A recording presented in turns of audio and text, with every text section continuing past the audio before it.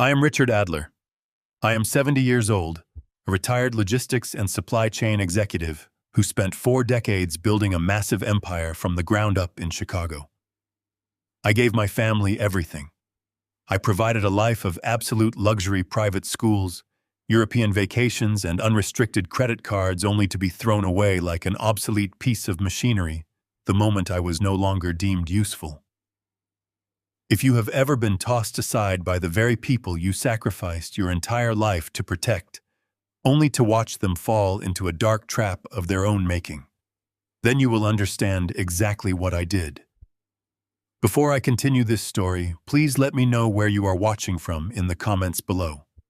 Hit the like button and subscribe to the channel if you believe that loyalty should mean something and that betrayal should always carry a heavy price. It makes me truly happy to know what corner of the world you are listening from and what time of day it is for you right now. To understand why I felt absolutely no pity for the weeping woman on the other end of the line, or for my 35-year-old son currently being read his rights by federal agents, you have to understand how a man like me operates. In the high-stakes logistics business, you survive by observing hidden patterns. You learn to calculate risks, foresee critical bottlenecks, and ruthlessly eliminate liabilities before they can collapse your entire supply chain. For 40 years, I applied that exact same protective control to my own family. I woke up at 4 in the morning every single day. I fought through economic recessions, union strikes, and ruthless corporate competition to build a fortress of wealth around Cynthia and Derek. But a wolf who steps back from the flock is not surrendering. He is simply taking a moment to observe the sheep. When Cynthia demanded a sudden divorce 8 months ago, claiming she was emotionally suffocated by my career and needed to find her true self, I did not fight her. I played the gentleman. I handed over the sprawling suburban mansion and $3 million in cash from my retirement funds. I stepped back, packed my bags, and moved overseas to Portugal to enjoy my final years in peace. But peace was not what they wanted to give me. They wanted to humiliate me. They wanted to take my life's work and parade it around as their own brilliant success. Enter Bradley, the slick, smooth-talking investment advisor who conveniently swooped into Cynthia's life just days after the divorce papers were signed. He wore tailored suits, drove a leased Bentley, and spoke in grand, empty platitudes about guaranteed high returns. As Cynthia continued to sob into the phone begging me to use my offshore accounts to magically bail them out, my mind drifted away from her panic. I thought back to exactly 1 week prior. I had briefly flown back to Chicago to finalize some minor estate transfers before permanently settling in Europe. Derek, my own flesh and blood, had come to see me at my hotel. He did not come to wish me a happy retirement. He came to gloat. I can still see him standing in my hotel suite, his hands casually shoved into the pockets of his expensive trousers that my money had paid for. He was wearing a smug, arrogant grin that made him look like a complete stranger. I had asked him if he really thought it was appropriate to participate so actively in his mother's highly publicized wedding to a man she had known for barely half a year. Derek simply scoffed, rolling his eyes as if I were a foolish child. He looked me dead in the eye and delivered the words that completely severed our paternal bond. Bradley is a good, wealthy man, my son had sneered, his voice dripping with absolute contempt. He actually knows how to multiply capital. He knows important people in this city. He is not a dinosaur like you, Dad. You spent your whole life just moving dusty boxes across the ocean. Bradley moves millions. He just made me a regional director at his investment firm. I am going to be his best man next week, and there is absolutely nothing you can do about it. He spoke to me as if I were a useless, outdated burden, a clueless old man who simply did not understand how the modern financial world worked. He thought I was weak. He thought my silence was born of ignorance and defeat. But I had spent my entire adult life evaluating complex contracts, detecting corporate fraud, and auditing deceitful suppliers. Did my arrogant son really think I would not look deeply into the mysterious man who was suddenly managing my ex-wife's $3 million settlement? Did he really think I would not notice the fatal glaring flaws in Bradley's grand financial facade? Over the phone, Cynthia's voice cracked into a pathetic, breathless wail. "Richard, please listen to me. They are taking Derek away in a police cruiser. Please, you have to do something." I looked out at the tranquil, shimmering waters of the Mediterranean Sea. The fading sunset was casting a brilliant, warm, golden glow over the distant cliffs. I felt a profound, absolute calm wash over my entire being. I pulled the phone away from my ear, pressed the red button to end the call, and powered the device completely off. I placed it face down on the small glass table next to my wine. I smiled, raising my glass to the empty balcony in a silent toast.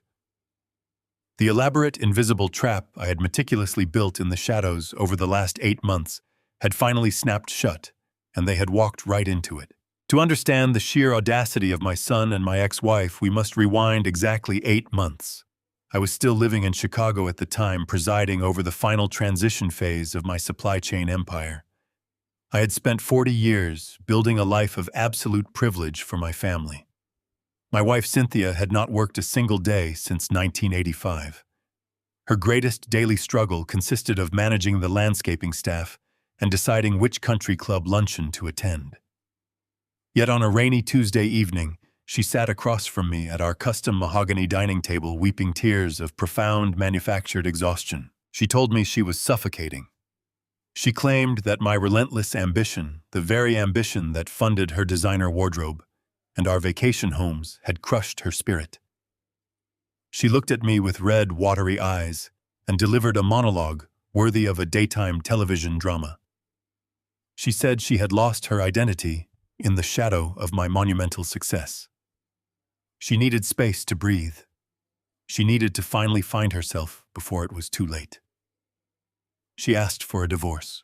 A younger man or a more foolish man might have argued. A man driven by a fragile ego might have shouted, throwing her comfortable life in her face, listing the endless sacrifices made to provide her with a frictionless existence. I did not do that. In the high-stakes world of global logistics, when a warehouse becomes too toxic or inefficient to manage, you do not waste resources trying to repair a crumbling foundation. You simply cut your losses, close the facility, and move your capital to a more profitable region. I looked at Cynthia. I saw the calculated expectation in her posture. She was waiting for a battle.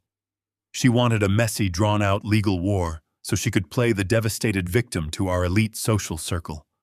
I refused to give her the satisfaction. I simply nodded. I told her I understood. I told her I would not stand in the way of her personal awakening. The sudden swiftness of my agreement clearly unsettled her, but her immense greed quickly overtook her momentary confusion. Within 2 weeks, my legal team drafted the separation documents. To maintain my peace and execute a clean break, I offered a settlement that most men would consider absolute financial suicide. I gave her the keys and the deed to our $3 million suburban mansion in Oak Brook. In addition, I agreed to transfer $3 million in liquid cash from my retirement portfolios directly into her personal accounts. $6 million handed over without a single deposition or courtroom shouting match. I considered it an exit tax. It was merely the cost of buying my absolute freedom. My son Derek, of course, thought I was simply rolling over. He told me I was weak for giving up half my liquid assets so easily to his mother. He did not understand that a man who controls $50 million in corporate value does not cry over losing $6 million to eradicate a persistent daily headache. I wanted a clean slate in Europe. I wanted to sit on a quiet balcony in Portugal and never hear the word suffocation ever again. The true nature of Cynthia's sudden spiritual awakening revealed itself on the morning we met at my attorney's office to sign the final divorce decrees. I arrived precisely on time, expecting Cynthia to bring her high-priced divorce lawyer. Instead, she walked through the double-glass doors, accompanied by a man I had never seen before. He was approximately 60 years old, with perfectly manicured silver hair and a bright smile that seemed permanently affixed to his tanned face. He wore a navy blue double-breasted suit that screamed bespoke tailoring. Through the floor-to-ceiling windows of the downtown law firm, I could clearly see the sleek black Bentley he had parked illegally in the valet zone downstairs. Cynthia introduced him as Bradley. She proudly announced that Bradley was her new independent wealth manager and personal financial advisor. According to her, Bradley was an expert in high-yield private equity. He was going to help her manage her new $3 million settlement, ensuring she would remain completely financially independent for the rest of her life. Bradley extended a perfectly manicured hand toward me. His grip was firm, practiced the exact handshake of a man who makes a living selling invisible promises to wealthy widows. He offered me a rehearsed, sympathetic smile. He told me he admired my long career in supply chain management, calling it a solid, traditional way to make a living. He emphasized the word traditional, making it sound entirely obsolete. He boasted that his private fund consistently generated a 20% annual return. He spoke in a rapid stream of financial buzzwords, throwing around complex terms like algorithmic hedging and aggressive asset reallocation to sound impressive. I signed the divorce papers without breaking eye contact with Bradley. I did not ask him for his business card. I did not ask him which specific firm he represented. I simply signed my name, handed the expensive pen back to my lawyer, and wished Cynthia the best of luck in finding her true identity. I walked out of the conference room, my mind already calculating the logistics of my upcoming flight to Lisbon. But as I stepped into the hallway waiting for the elevator to arrive, I glanced back through the transparent glass partition. Cynthia and Bradley were walking toward the exit together. They thought I was already gone. They thought the old oblivious dinosaur had shuffled off into the sunset. Bradley placed his hand on Cynthia. It was not the brief, professional touch of a financial advisor guiding a valued client. His hand rested firmly, intimately on the lowest curve of her waist, his thumb slowly stroking the expensive silk fabric of her dress. Cynthia leaned heavily into his touch, her face glowing with a giddy, triumphant energy. The elevator doors chimed and opened, but I stood completely still. The scattered pieces of the puzzle slammed together in my mind with the cold, heavy thud of a steel shipping container. Cynthia had not experienced a sudden emotional crisis. She had not felt suffocated by my ambition. She had found a new, shiny opportunity. This was not a spiritual awakening. This was a highly orchestrated, premeditated financial extraction. Bradley had clearly targeted her, and she had willingly played the victim to secure the initial capital he required. The entire divorce was nothing more than a strategic heist, and my $3 million was the ultimate prize. I stepped into the elevator, the polished metal doors sliding shut, cutting off my view of the two conspirators. As the cab descended toward the lobby, my initial surprise hardened into a sharp, icy clarity. I thought of Derek, my arrogant son, who had stood by his mother, wholly convinced of her fabricated suffering. He was entirely blind to the predator standing right beside her. Bradley was not just a threat to my ex-wife's newfound fortune. He was a parasite looking for a host. I knew with absolute certainty that a man like Bradley would not stop at $3 million. He would eventually look for more. That realization settled into my bones like a heavy winter frost as I prepared for my final farewell lunch with my son. I chose a classic Chicago steakhouse for our meeting. It was an establishment where men of substance conducted serious business, a place I frequented for decades while building my supply chain operations. I arrived 15 minutes early, securing a secluded booth in the back corner. I ordered a glass of sparkling water and waited quietly. I expected this lunch to be a simple, perhaps slightly strained farewell between a father and son before I boarded my flight to Portugal. I expected a moment of reflection regarding the massive transition our family was undergoing. I did not expect to be sitting across from a complete stranger. Derek arrived 20 minutes late. He offered no apology as he slid into the leather booth across from me. He immediately signaled the waiter and ordered an expensive glass of scotch. I observed him with detached, analytical precision. He was wearing a sharply tailored suit that was noticeably too tight, a vibrant silk pocket square, and a forced posture of absolute dominance. He looked like a man desperately trying to play a role he had not yet earned.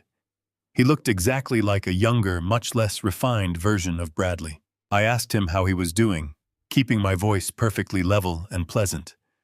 I asked him about his plans for the upcoming quarter at his corporate marketing job. Derek waved his hand dismissively, brushing past my questions as if they were entirely irrelevant. He leaned forward, resting his elbows on the pristine white tablecloth, and looked at me with a mixture of pity and defiance. He told me that he wanted to clear the air before I left the country. He said he needed to speak his mind regarding the divorce and his mother. I nodded calmly, inviting him to proceed without interruption. Derek launched into a highly rehearsed defense of Cynthia. He repeated the exact same hollow phrases she had used in our dining room weeks ago. He said I had been an absentee father entirely consumed by shipping routes and freight margins. He claimed I had starved his mother emotionally, turning her into a mere accessory to my corporate success. He told me that Cynthia finally had a chance to breathe, to live a life filled with passion and excitement, and that I should be grateful she had handled the separation with such incredible grace. I listened carefully, without interrupting his monologue. I did not defend my 40 years of grueling labor. I did not remind him that my obsession with freight margins was the sole reason he had never carried a student loan, the reason his first car was a pristine import, and the reason he lived in a luxury downtown condominium. I simply let him speak, allowing the sheer volume of his hypocrisy to fill the space between us. Then Derek shifted the conversation to the true subject of his admiration. He brought up Bradley. His eyes widened with an almost fanatic devotion as he spoke about his mother's new partner. He told me that Bradley was a visionary, a man who truly understood the modern global economy. He contrasted Bradley's glamorous life in private equity with my long career in logistics. "You have to understand, Dad," Derek said, a condescending smirk playing on his lips. "You spent your entire life just moving dusty boxes across the ocean. You worried about fuel costs, warehouse leases, and labor disputes. You worked yourself to the bone for fractions of a penny on the dollar. Bradley does not move boxes. Bradley moves millions of dollars with a single phone call." I took a slow sip of my water, letting the cold liquid soothe my throat. I asked Derek to elaborate on Bradley's miraculous financial strategies. Derek leaned back in his chair, clearly thrilled to lecture his own father. He boasted that Bradley's private investment fund generated a guaranteed 20% return on investment every single year, regardless of any market volatility. He claimed Bradley used proprietary algorithmic hedging and aggressive asset reallocation that traditional businessmen like myself simply could not comprehend. He spoke of Bradley as if the man had discovered the secret to infinite risk-free wealth. Any seasoned executive knows that a guaranteed 20% annual return in private equity is a mathematical impossibility. It is the universal, undeniable signature of a fraudulent scheme. But I did not point this out to my son. I did not warn him that he was worshipping a predator. I remained perfectly silent, watching the supreme arrogance radiate from his posture. I wanted to see exactly how deep the infection had spread. Derek then delivered his final triumphant blow. He reached into the inner pocket of his tailored jacket. He told me that he had realized his corporate marketing job was a dead end. He said he was tired of working for a fixed salary while other men built empires overnight. He proudly announced that he had resigned from his position the previous morning. Bradley, he declared, had recognized his untapped potential. Bradley had seen the brilliance that I had apparently ignored his entire life. He placed a thick, glossy business card onto the table and slid it slowly toward me. I looked down at the heavy cardstock. Printed in embossed gold lettering was Derek's name, followed by his new title, Regional Director of Acquisitions. He told me he was now officially a part of Bradley's inner circle. He boasted that he would be managing high-net-worth portfolios, bringing in new investors, and earning commissions that would dwarf my entire pension. He stated with absolute certainty that he was finally going to make real money. I looked at my son. I looked at the man who had just aligned himself with the very parasite draining his mother's fortune. I should have felt a desperate fatherly urge to shake him, to scream at him, to pull him back from the edge of the cliff. but all I felt was the chilling mechanical logic of a risk assessment. Derek had chosen his side. He had rejected the steady, honorable path I had paved for him, opting instead for the illusion of instant wealth. I reached out and picked up the glossy business card. I held it between my thumb and forefinger, examining the ostentatious gold foil. I congratulated him on his new position. I told him I hoped it brought him the incredible success he believed he deserved. I kept my face an unreadable mask of polite detachment. But as I took the card from his hand, my sharp eyes caught something that shattered his entire facade. I noticed a microscopic detail that his tailored suit and expensive scotch could not hide. When Derek released the card, his fingers were trembling. It was not a subtle tremor. It was a rapid, involuntary shaking, the kind of physiological response generated by a massive surge of adrenaline and fear. I looked past his smug grin and focused on his physical state. I noticed a faint sheen of sweat gathering at his hairline, despite the cool air conditioning of the restaurant. I noticed that his breathing was slightly too fast, his chest rising and falling in shallow, erratic bursts. He took a hasty, clumsy gulp of his scotch, his hand gripping the heavy glass with white-knuckled desperation. The truth washed over me with crystal clarity. Derek was not just an arrogant fool bragging about a new job. He was terrified. He was hiding behind a desperate facade of superiority, but beneath that mask, he was a man standing on a trapdoor, waiting for the lever to be pulled. A truly confident executive does not tremble when handing over a business card. A man stepping into a secure future does not sweat through his luxury suit during a simple lunch. Derek knew something was wrong. He might not have fully grasped the massive scale of the deception, but his subconscious was screaming at him. He was deeply entangled in a dark web he did not understand, and he was terrified of the consequences. He had sold his soul for a fake title and an empty promise, and now he was suffocating in the reality of his choice. I placed the business card in my breast pocket, finished my water, and stood up from the table. I wished him a good life, turned my back on my only son, and walked out of the restaurant knowing with absolute certainty that the demolition had already begun. 2 evenings later, the demolition phase required me to endure one final, agonizing performance. Cynthia had insisted on hosting a farewell dinner at the Oakbrook mansion before my flight to Europe. She framed it as an olive branch, a mature gesture to prove that we could all remain a civilized modern family, despite the divorce. In reality, I knew it was a victory lap. She wanted to parade her new life, her new wealth, and her new man right in front of my face. She wanted me to sit at the head of the dining table I had purchased, eating food prepared in the kitchen I had remodeled while she played the gracious, thriving host. I accepted the invitation with feigned reluctance, knowing that playing the role of the defeated ex-husband was the perfect camouflage for my impending investigation. I arrived at the estate precisely at 7. The heavy oak doors were opened not by Cynthia, but by Bradley. He stood in the grand foyer holding a crystal tumbler of whiskey, wearing a velvet dinner jacket that looked like it belonged on a Hollywood movie set. He welcomed me into my own home with a booming theatrical voice, clapping a heavy hand onto my shoulder. He guided me into the formal dining room, where Cynthia and Derek were already seated. The table was set with our finest imported porcelain and silver cutlery. Bradley took the seat at the head of the table, a deliberate, calculated usurpation of my former territory. I took my seat quietly, keeping my shoulders slumped, my gaze lowered, and my responses brief. I needed them to believe I was entirely broken by the divorce, a tired, clueless old dinosaur retreating to Europe to quietly fade away. The meal was a masterclass in passive-aggressive condescension. Bradley dominated the conversation, steering every topic back to his own brilliance. He spoke at length about his private equity fund, throwing out astronomical numbers and dropping the names of fictional overseas investors. He poured me a glass of wine and offered a patronizing toast to my retirement. He looked at me with a sickeningly sweet smile and told me how much he admired men of my generation. He said it was wonderful that I could finally step away from the stressful manual labor of moving freight and enjoy my little twilight years in Portugal.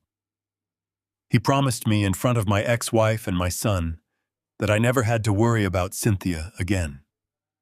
He swore he would protect her, multiply her settlement, and provide her with a life of unimaginable luxury.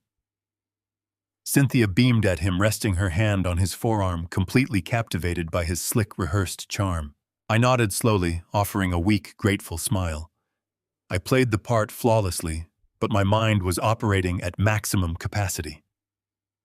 During my 40 years in the global supply chain industry, I did not just move dusty boxes, as my son so ignorantly claimed. I managed the secure transport of high-value assets across international borders.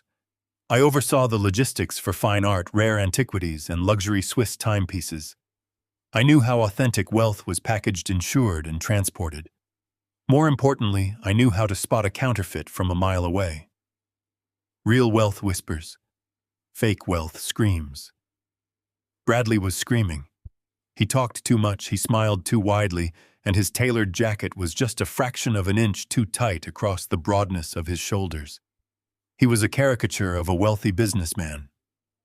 But the most glaring piece of evidence was strapped directly to his left wrist.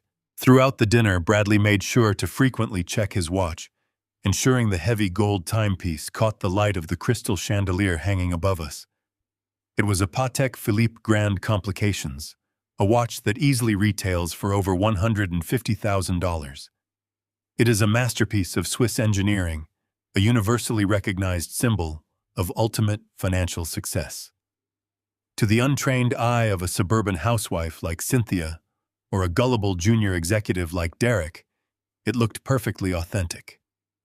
It looked exactly like the watch of a man who comfortably managed a $50 million private equity fund. But I did not have an untrained eye. I had spent years auditing the complex security protocols for the exact Geneva factories that produced those magnificent timepieces.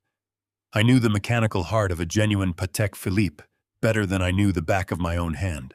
As Bradley reached casually across the table to pour another glass of red wine, his stiff white cuff rode up, exposing the watch face entirely to my line of sight.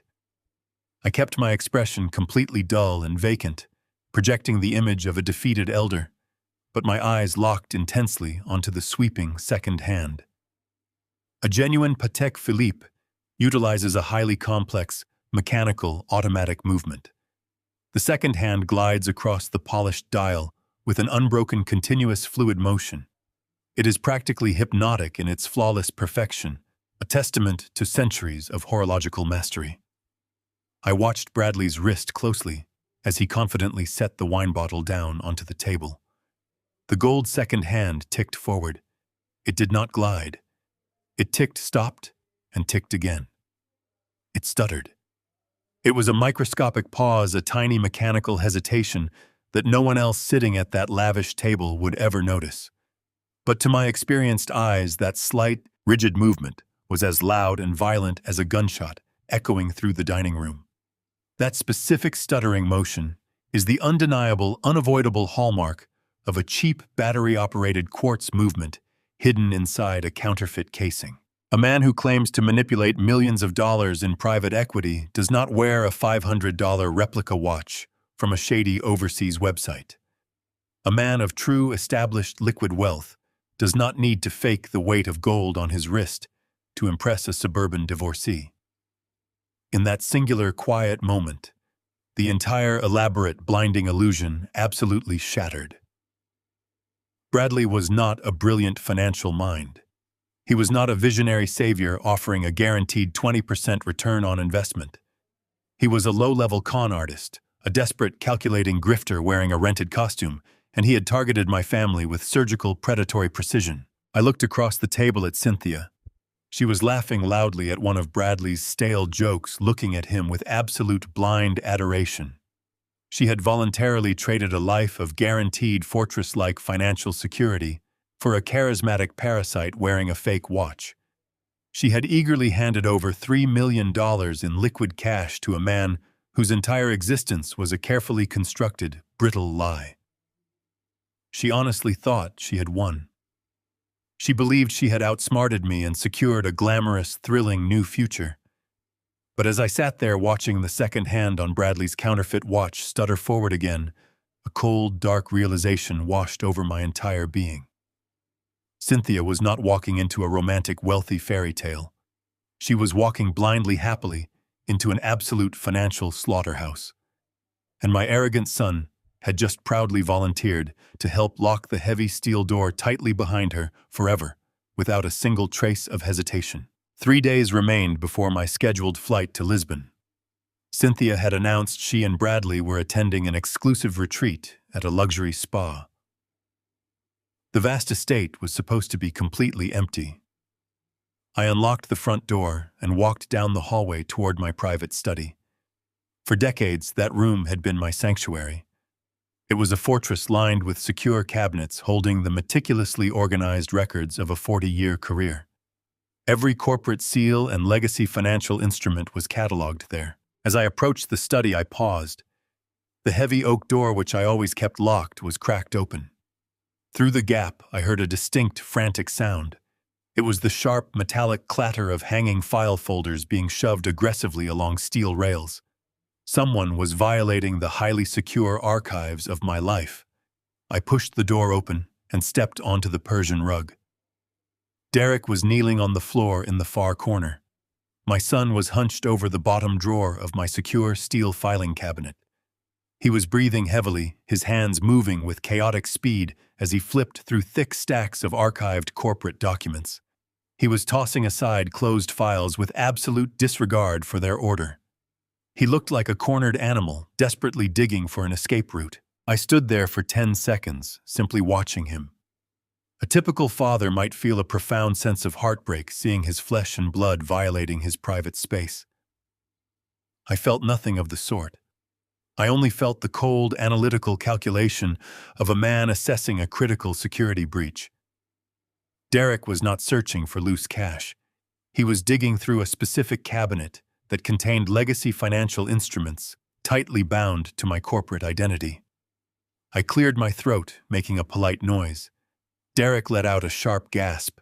He jumped backward, slamming his knee against the edge of the steel drawer. He scrambled to his feet, knocking over a stack of manila folders. His face drained of color, his eyes wide with unadulterated panic. He stared at me, his chest heaving rapidly, desperately searching for a lifeline. I did not raise my voice. I did not accuse him of trespassing. I simply smiled, adopting the gentle, slightly confused demeanor of a tired old man who was merely happy to see his boy. I calmly asked him what he was doing on the floor of my study. Derek swallowed hard. The panic in his eyes slowly morphed into a calculated, greasy charm. He launched into a smooth, rehearsed explanation. He told me he was incredibly sorry for the intrusion. He claimed he had driven over to look for some old medical insurance papers. He spun a ridiculous story about how the human resources department at Bradley's firm required a historical background check for his new health insurance. He said he did not want to bother me while I was packing, so he thought he would just find the old records himself. It was a pathetic, structurally flawed lie. Corporate policies do not require pediatric medical records from 2 decades prior. Furthermore, my medical archives were stored in a completely different cabinet.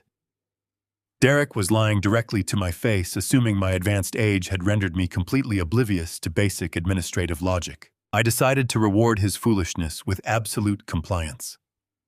I widened my smile, letting my shoulders slump into a posture of harmless, nostalgic surrender.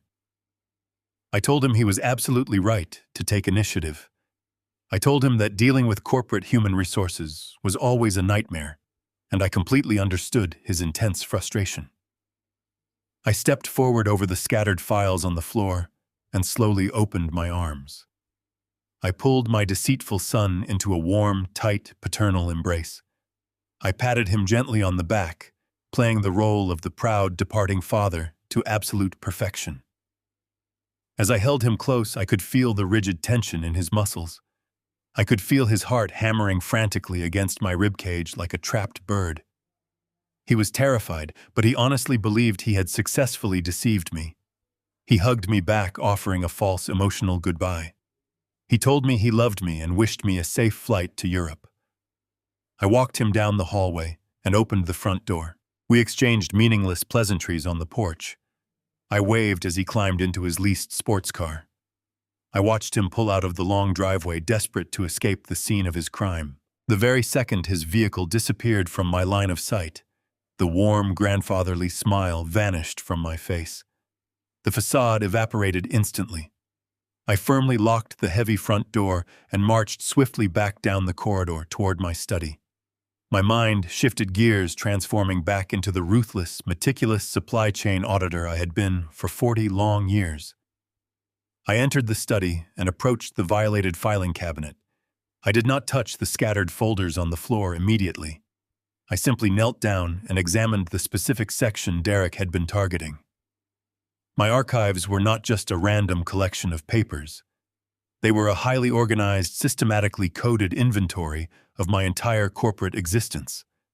I knew the precise location sequence and contents of every single hanging file in that steel drawer. I began to audit the cabinet with rapid, methodical precision. I cross-referenced the remaining tabs with the master index I kept memorized in my head. It took me exactly 4 minutes to identify the discrepancy and isolate the specific folder my son had breached. I pulled the manila envelope from the rail and opened it. The file was supposed to contain a series of unused blank financial templates from my former logistics corporation, important documents kept strictly for historical reference. I thumbed through the heavy pages.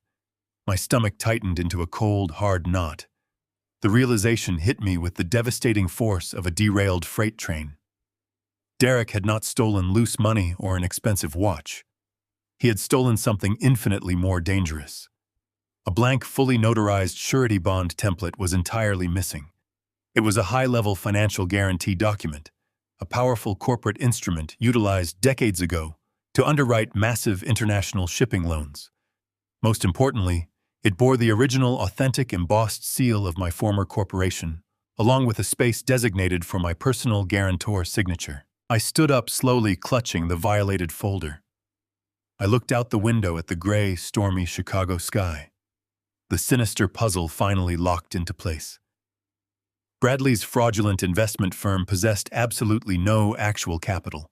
A man wearing a counterfeit watch could never secure legitimate institutional backing.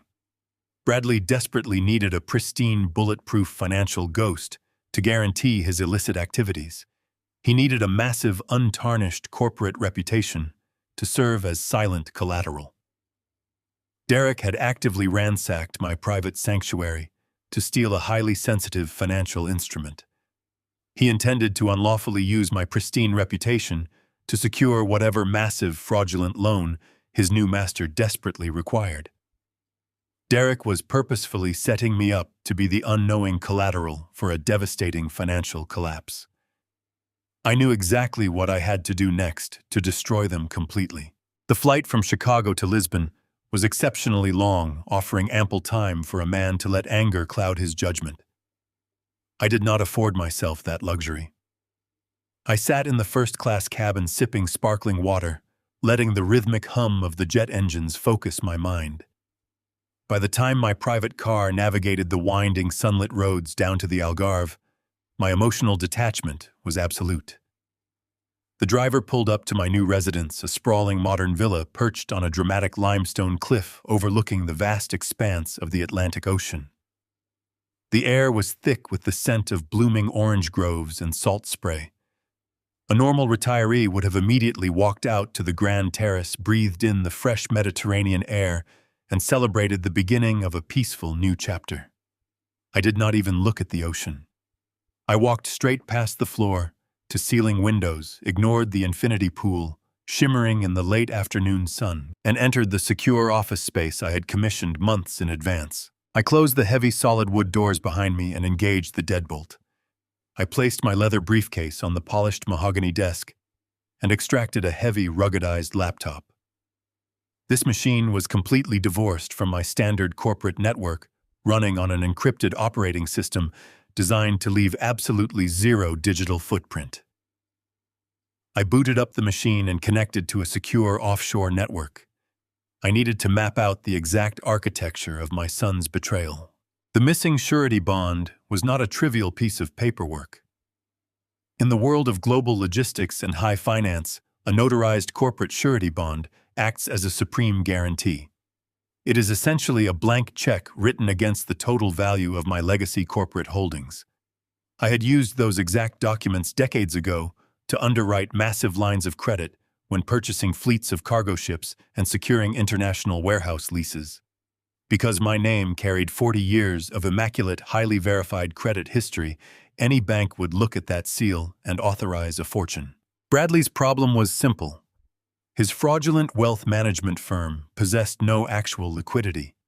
He was running a shell game, likely funding his extravagant lifestyle and his leased Bentley by shuffling the initial capital of gullible victims like my ex-wife. But to play in the major leagues, to secure the kind of massive institutional loans necessary to sustain a high-level Ponzi scheme, he needed legitimate collateral. He needed a financial ghost to stand behind him.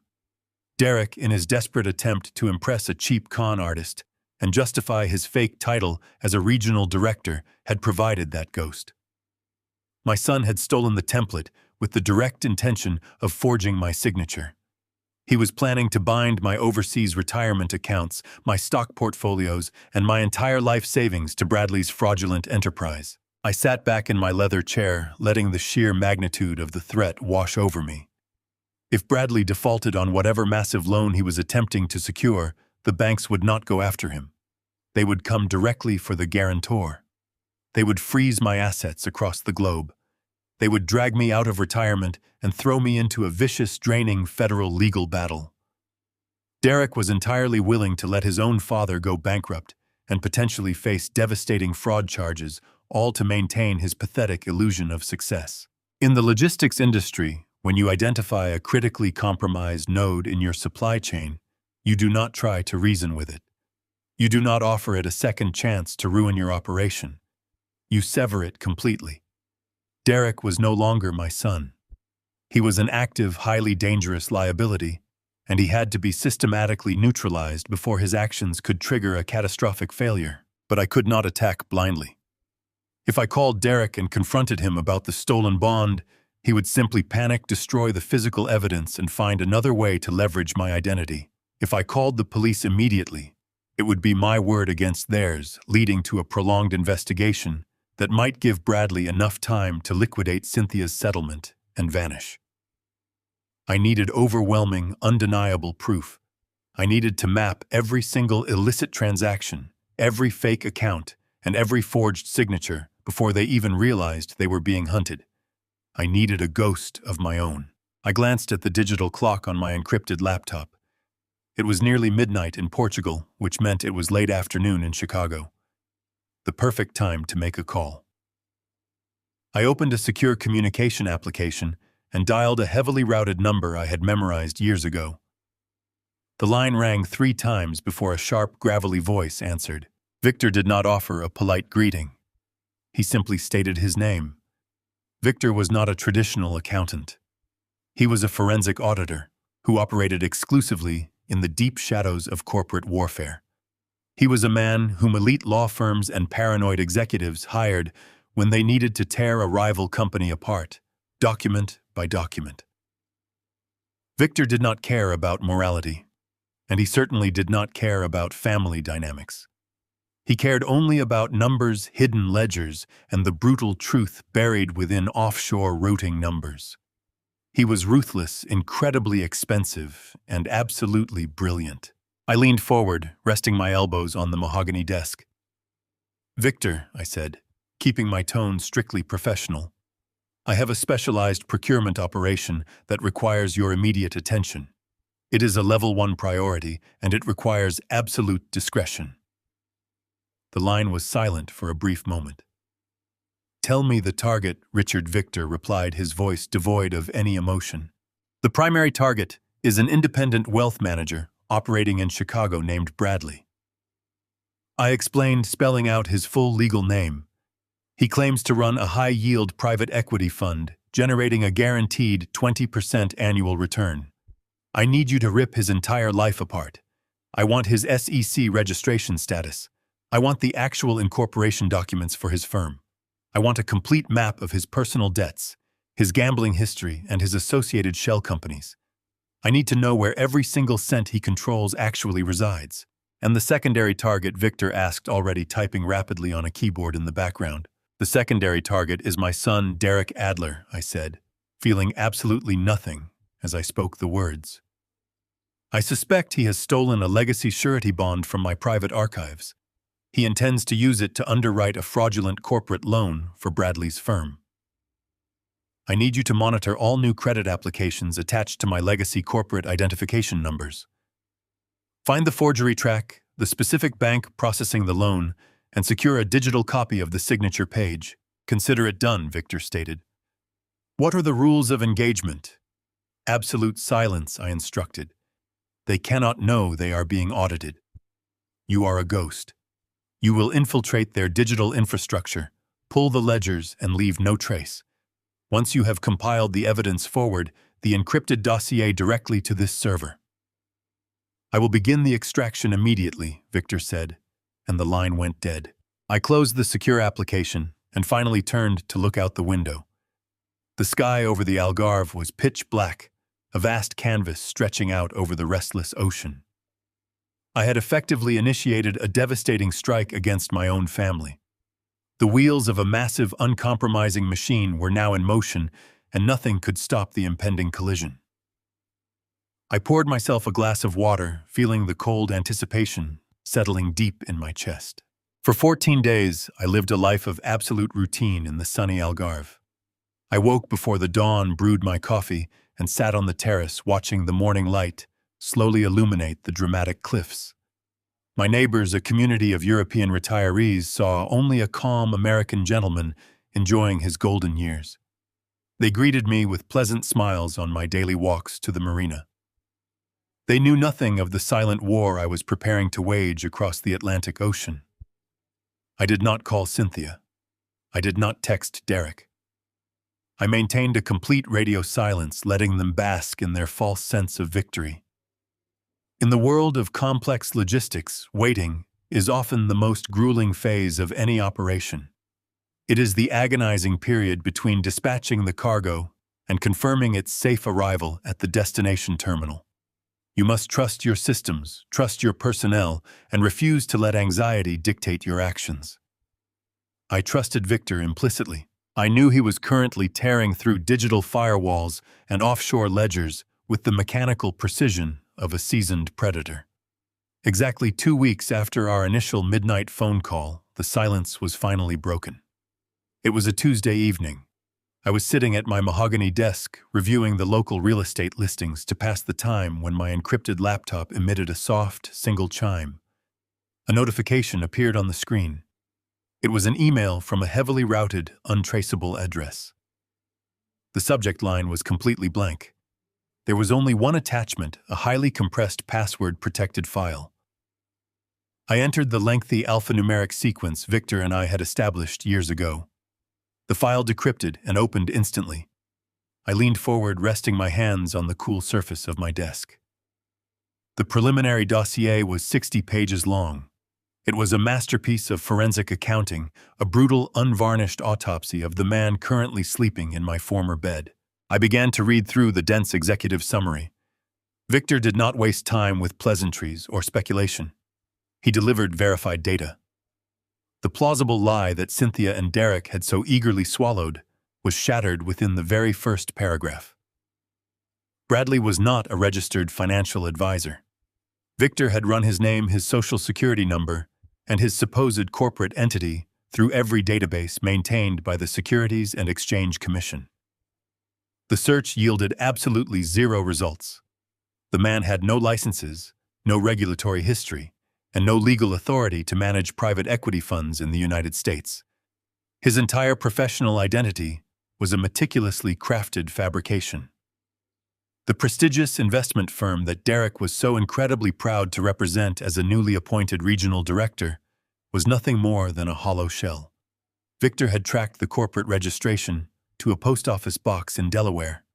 It was a classic, low-level corporate veil designed to project the illusion of institutional wealth while hiding the absolute absence of any legitimate financial infrastructure. There were no proprietary algorithmic hedging strategies. There was no guaranteed 20% annual return. There was only a rented office suite in downtown Chicago, a leased Bentley, and a wardrobe of expensive suits purchased to project a hypnotic aura of success. Bradley was operating a textbook affinity fraud, targeting wealthy, vulnerable individuals within exclusive social circles. He preyed on the financial ignorance and emotional vanity of women like my ex-wife. He offered them the intoxicating promise of effortless riches and exclusive status. And Cynthia, driven by her own bottomless entitlement and her desperate need to prove she was better off without me, had walked willingly into his snare. She had handed her financial independence over to a man who did not even possess a valid broker license. The dossier then pivoted to the most critical aspect of the investigation. I needed to know exactly what had happened to the $3 million Cynthia had extracted from my retirement accounts during our divorce settlement. She had bragged to our entire social circle that her new wealth manager was placing her capital into a restricted, high-yield private fund. Victor followed the digital breadcrumbs, tracing the complex path of her money through the international banking system.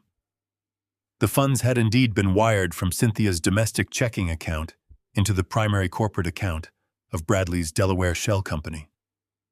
However, the capital did not remain there for more than 48 hours. It was never invested in stocks, bonds, or legitimate private equity vehicles. Instead, Victor documented a rapid series of structured wire transfers. Cynthia's $3 million was systematically fractured into smaller increments and routed through a labyrinth of offshore banking institutions in the Cayman Islands and Panama. From there, the final destination was revealed, and it was entirely chilling. The money was wired directly into accounts associated with highly unregulated illicit sports betting syndicates based in Macau. Bradley was not an investment genius. He was a degenerate high-stakes gambler who had accrued massive unpayable debts to exceptionally dangerous people. He was bleeding cash at an astonishing rate. Cynthia's entire divorce settlement. The money I had surrendered to buy my peace had been completely liquidated. It had been used to pay off Bradley's immediate violent creditors to keep his legs from being broken. He was a desperate man trapped in a sinking ship, frantically bailing water to stay alive just one more day. He had successfully cannibalized Cynthia's wealth to buy himself a temporary reprieve, but $3 million was not nearly enough to satisfy the aggressive syndicates he owed.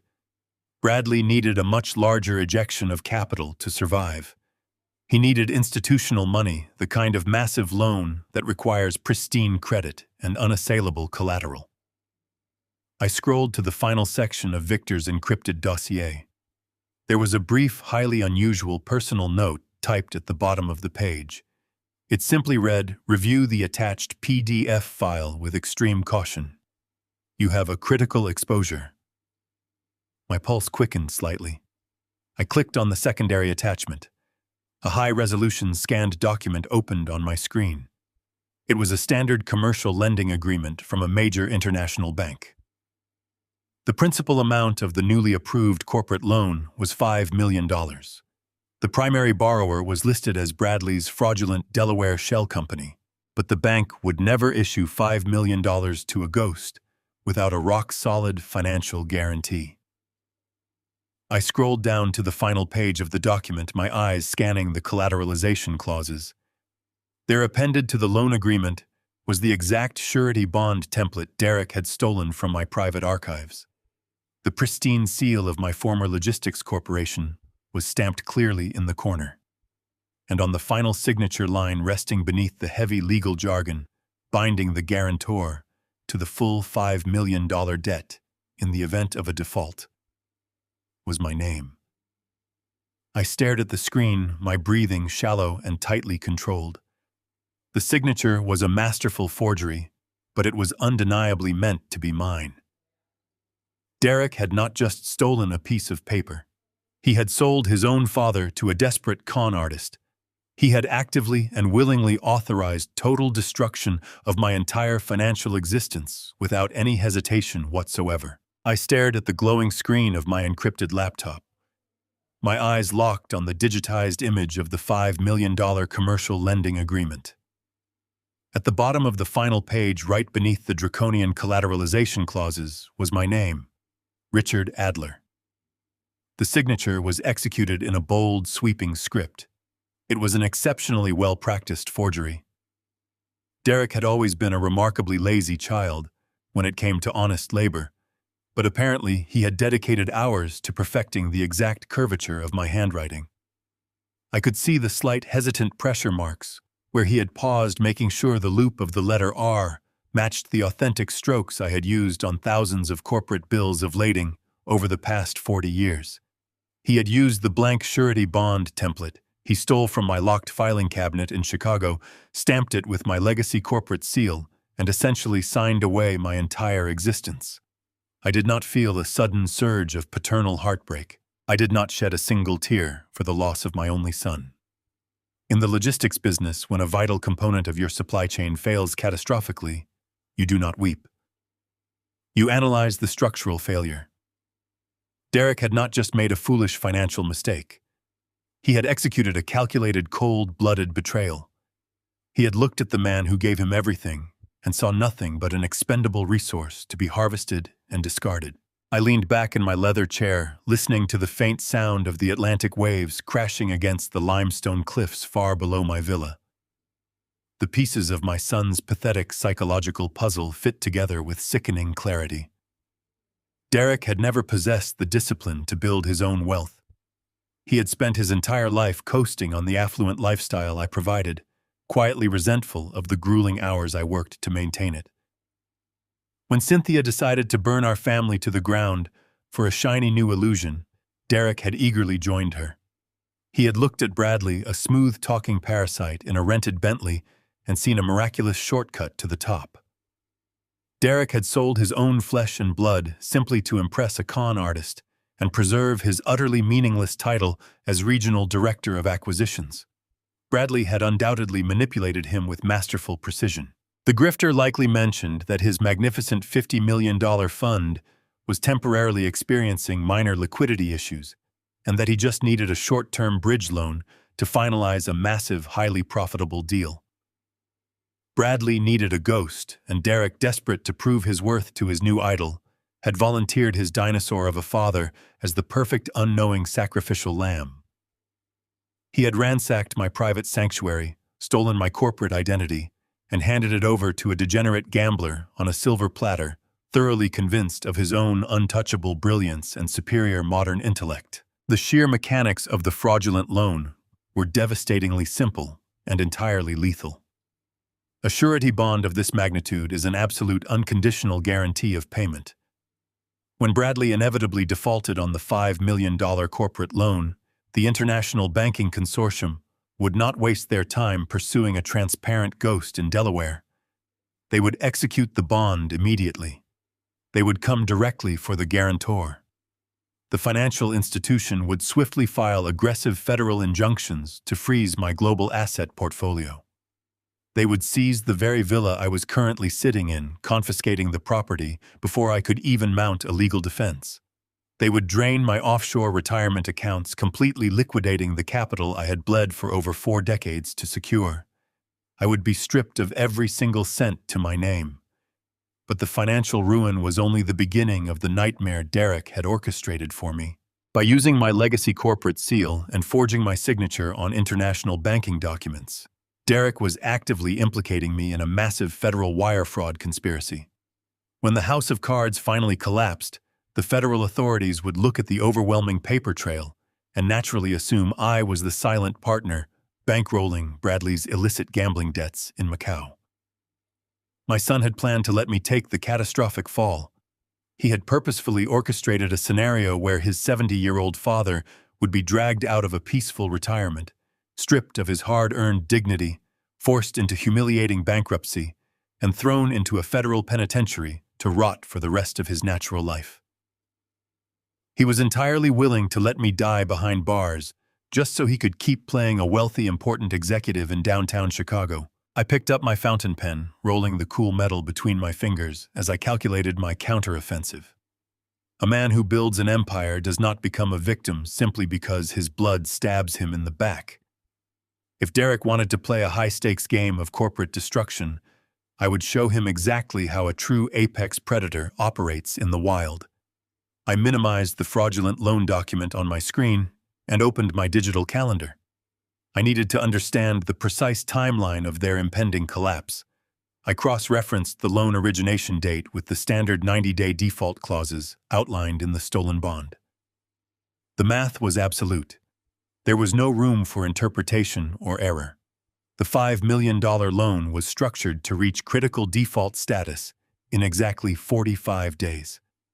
The bank would initiate their aggressive asset seizure protocols that very weekend.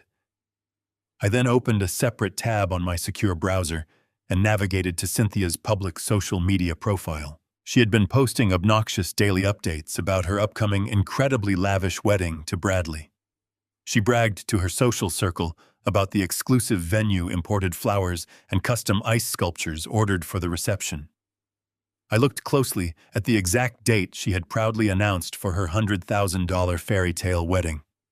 It was a Saturday. I cross-referenced that specific Saturday with the banking timeline flashing on my encrypted laptop. A cold, ruthless smile slowly spread across my face, stretching from ear to ear in the quiet solitude of my office. The dates aligned with terrifying poetic perfection. The fraudulent $5 million loan was set to critically default on the exact same weekend Cynthia and Bradley were throwing their extravagant celebration. They were planning to toast their glorious new life entirely funded by stolen capital at the precise moment the financial guillotine was scheduled to drop. I closed my laptop, the screen going black, casting my office into absolute darkness. The trap was set, the timeline was locked, and I was going to make sure the entire world watched them fall. I would not intervene. I would not offer them a single ounce of mercy. They had chosen their path with absolute clarity, blinded by their own phenomenal greed. Now they would face the devastating consequences of crossing a man who understood the mechanics of destruction better than anyone. I sat in the darkness, listening to the ocean outside, and very calmly prepared for the ultimate execution of my perfectly designed, completely flawless, legally protected revenge. I did not waste a single moment processing the emotional weight of my son's betrayal. Empathy is a luxury reserved for those who are not actively being hunted by their own blood. Before the sun even began to rise over the dramatic limestone cliffs of the Algarve, I was already packing my leather travel bag. I left the sprawling, beautiful villa exactly as it was, maintaining the perfect illusion of a peaceful, harmless retiree enjoying his European sanctuary. I booked a discreet commercial flight, paying entirely in cash through a secure third-party concierge service I had utilized during my corporate logistics days. I routed myself through Frankfurt, then London, before finally crossing the Atlantic. I needed to ensure that if Derek or Bradley were attempting to monitor my travel records using my standard passport data, they would see absolutely nothing. I was a ghost slipping seamlessly through the international transit system. I landed at Dulles International Airport under the heavy cover of a relentless autumn downpour. I did not contact my former colleagues. I did not reach out to my high-priced corporate attorneys in Chicago. Legal counsel would only slow down the raw, devastating strike I was about to deliver. I rented an unassuming sedan and drove directly into the heart of Washington. I navigated the congested, rain-slicked streets with cold, singular purpose. My ultimate destination was not a law firm or a private security agency. I pulled into a secure parking garage just 2 blocks away from the federal headquarters of the Federal Bureau of Investigation. I walked through the heavy glass doors of the white-collar crime division precisely at 9 in the morning. I approached the reception desk carrying the thick leather-bound physical copy of Victor's encrypted dossier. I did not ask for an appointment. I simply stated my name, presented my verified corporate identification, and informed the bewildered receptionist that I possessed actionable, irrefutable evidence of an active multi-million-dollar international wire fraud conspiracy. Within 15 minutes, I was escorted into a sterile, windowless conference room. 2 senior agents entered shortly after. They introduced themselves as Agent Miller and Agent Hayes. They possessed the skeptical, exhausted demeanor of men who spent their entire lives unraveling the financial lies of greedy sociopaths. They offered me a cup of stale coffee and asked me to explain why I had flown across the Atlantic Ocean to sit in their windowless room. I did not offer them a dramatic, emotional narrative. I opened the leather binder and laid the architectural blueprints of Bradley's destruction across the cold steel table. I walked them through the affinity fraud with methodical, devastating precision. I showed them the complete absence of Bradley's Securities and Exchange Commission registrations. I traced the flow of Cynthia's $3 million divorce settlement, demonstrating exactly how the funds were fractured and wired directly into illicit offshore gambling syndicates in Macau. The agents' skepticism vanished entirely. They leaned forward, their eyes scanning Victor's flawless forensic accounting. But the absolute killing blow was the final document I placed before them. I presented the newly approved $5 million commercial lending agreement alongside the stolen corporate surety bond bearing my forged signature. I explained the precise mechanics of the impending default. I detailed exactly how my own son, serving as a fake regional director for a phantom investment firm, had actively violated my secure archives to steal the legacy financial instrument. I legally and permanently separated my liability from their massive criminal enterprise. I officially turned state's evidence against my own flesh and blood. I sat in that rigid chair and calmly articulated how Derek had willingly orchestrated a scenario that would leave his father bankrupt and facing federal fraud charges, all to maintain his pathetic illusion of suburban prestige. Agent Miller looked at me, a profound sense of grim respect settling across his hardened features. He asked me if I fully understood the gravity of my actions. He reminded me that once this immense machinery was activated, there was absolutely no turning back. Derek would face massive federal indictments for wire fraud, identity theft, and conspiracy. I looked the federal agent directly in the eye and told him I understood perfectly. I told him that the man who forged that signature ceased to be my son the moment he decided I was acceptable collateral for a cheap con artist. I explained that I had spent 40 years building a pristine reputation in the global logistics industry, and I refused to let an arrogant child and a desperate gambler tear down my legacy to fund their pathetic delusions of grandeur. The agents nodded in absolute silent agreement, recognizing the pure, unfiltered resolve radiating from my side of the table. They realized I was not a victim seeking comfort. I was a weapon seeking a highly designated target. Agent Hayes carefully gathered the staggering mountain of physical evidence and placed it back into the heavy leather binder. He informed me that the sheer volume of international wire fraud, combined with the illicit offshore gambling syndicates, immediately elevated this specific case to a top-tier federal priority. He explained that the Federal Bureau of Investigation would need to coordinate closely with international authorities to track the remaining fragments of Cynthia's liquidated divorce settlement across the offshore banking networks. However, he outlined a highly critical operational challenge that required immediate strategic planning. To prevent Bradley and Derek from panicking hastily, destroying their digital hard drives, or fleeing the country with whatever remaining stolen capital they currently possessed, the Bureau could not simply knock on their respective front doors with standard arrest warrants. They needed to execute a synchronized, overwhelmingly powerful sweep of the entire fraudulent operation. Agent Miller leaned across the steel table, tapping his ballpoint pen against the cool surface with a slow, rhythmic intensity. He told me they desperately needed a specific, highly controlled environment to drop the absolute hammer. They required a perfect scenario where all the primary targets were gathered together in a single, easily isolated location. They needed them feeling absolutely victorious, distracted by their own manufactured vanity, and completely secure in their false success.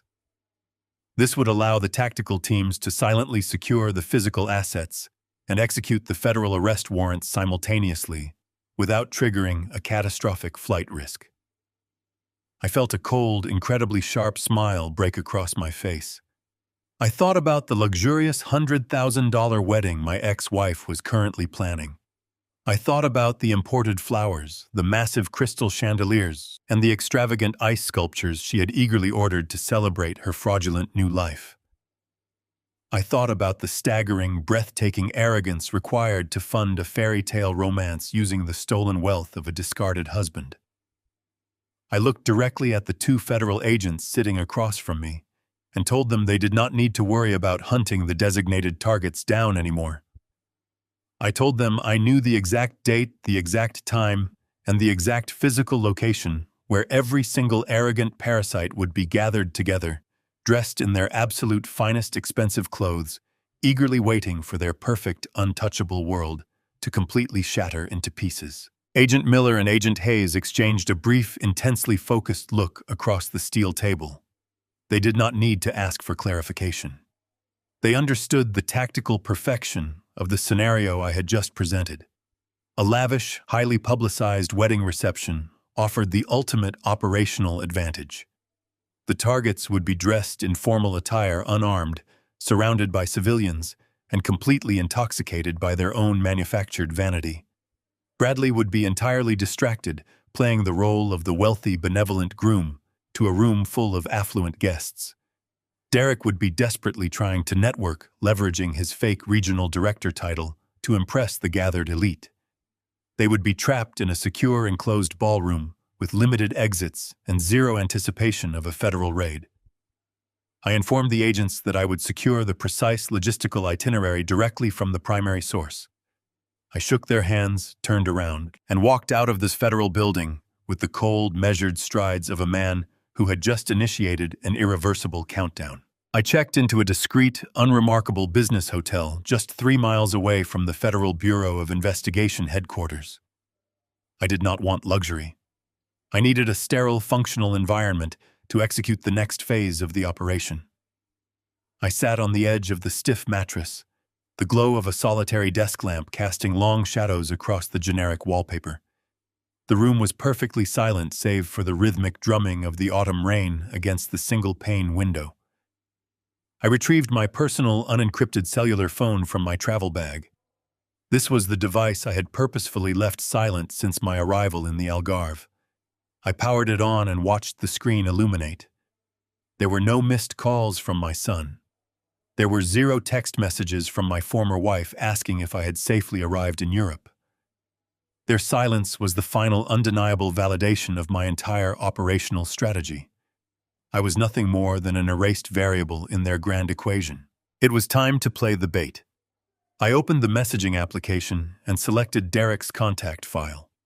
In the world of high-stakes corporate negotiation, the most effective lies are wrapped in layers of pathetic, undeniable vulnerability. You must give your opponent exactly what they desperately want to see. Derek desperately wanted to see a broken, irrelevant old man fading quietly into the European sunset. I typed out a message meticulously designed to stroke his fragile, bloated ego. I wrote that I was sitting alone in my villa looking out at the dark ocean and feeling a profound sense of isolation.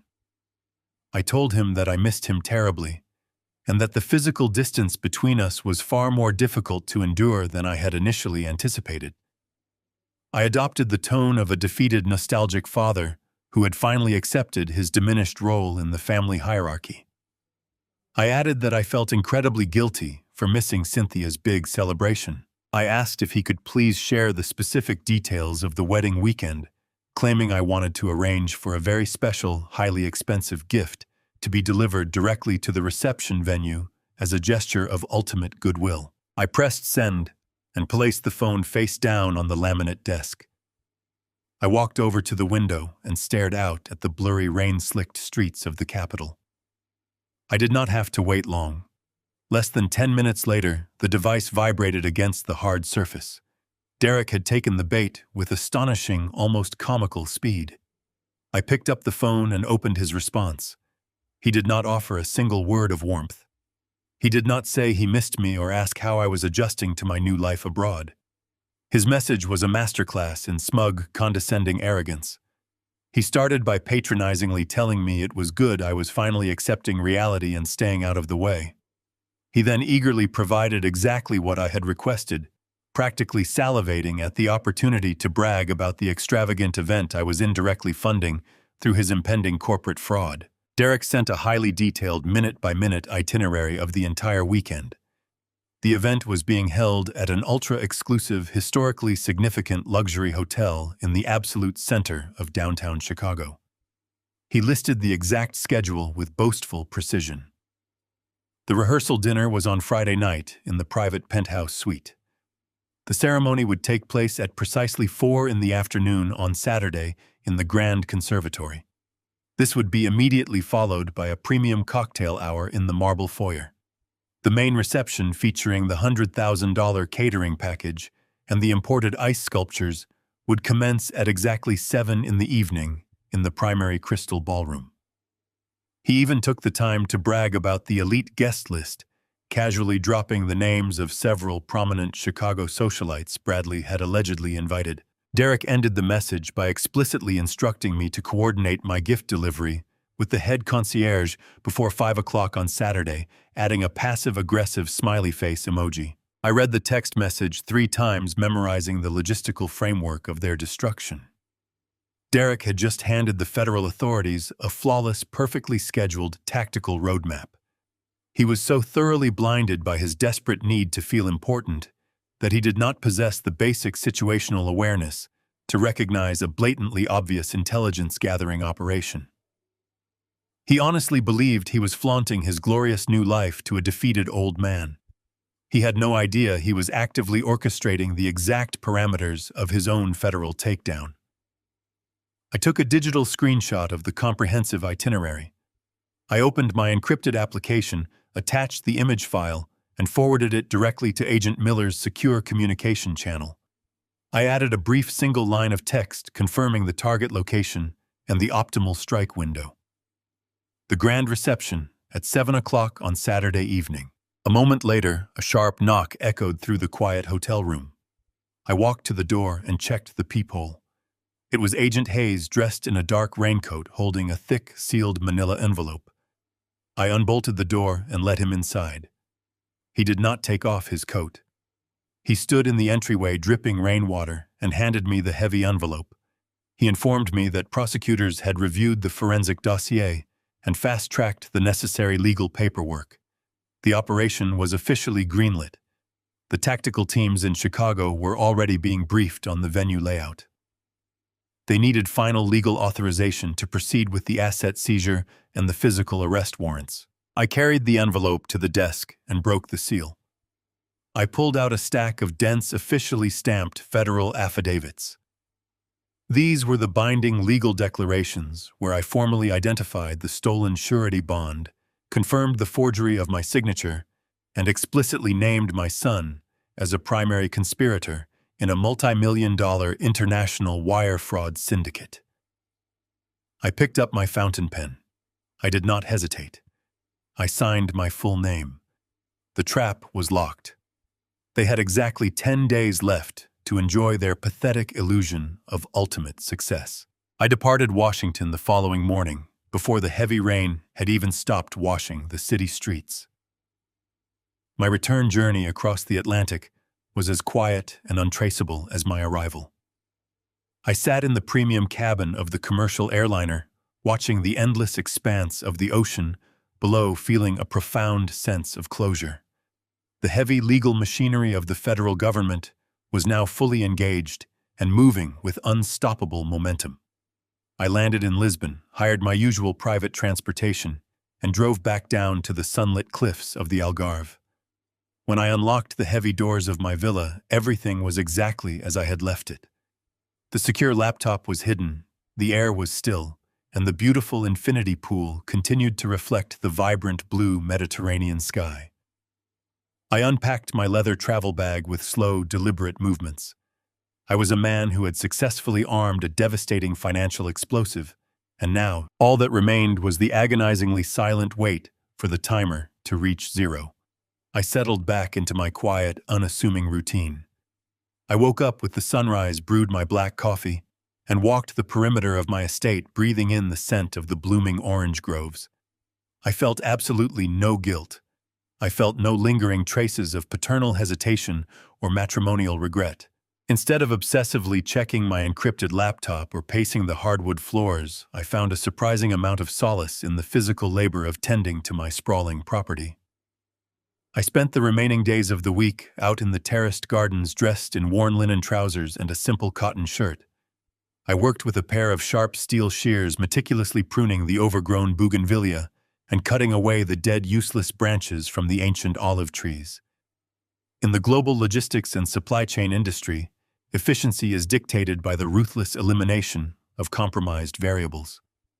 When a specific vendor fails to meet the required structural standards, or when a transportation node becomes a financial liability, you do not let sentimentality cloud your operational judgment. You sever the dead weight to protect the integrity of the entire system. I applied this exact same mechanical philosophy to my own bloodline. As I clipped the decaying vines and cleared the suffocating weeds from the fertile soil, I visualized the impending federal raid. I was simply auditing my life. Cynthia and Derek had willingly transformed themselves into toxic, unmanageable liabilities. They had chosen to align themselves with a parasitic fraud, and in doing so they had forced me to cut them out of my ecosystem permanently. I felt a cold, mechanical precision guiding my hands. The garden required discipline, and so did the preservation of my legacy. When I returned indoors to escape the peak afternoon heat, I would briefly connect to the secure offshore network to monitor the digital footprint of their manufactured vanity. Cynthia was completely incapable of keeping her perceived victories private. She was treating her personal social media profiles like a relentless, aggressive public relations campaign.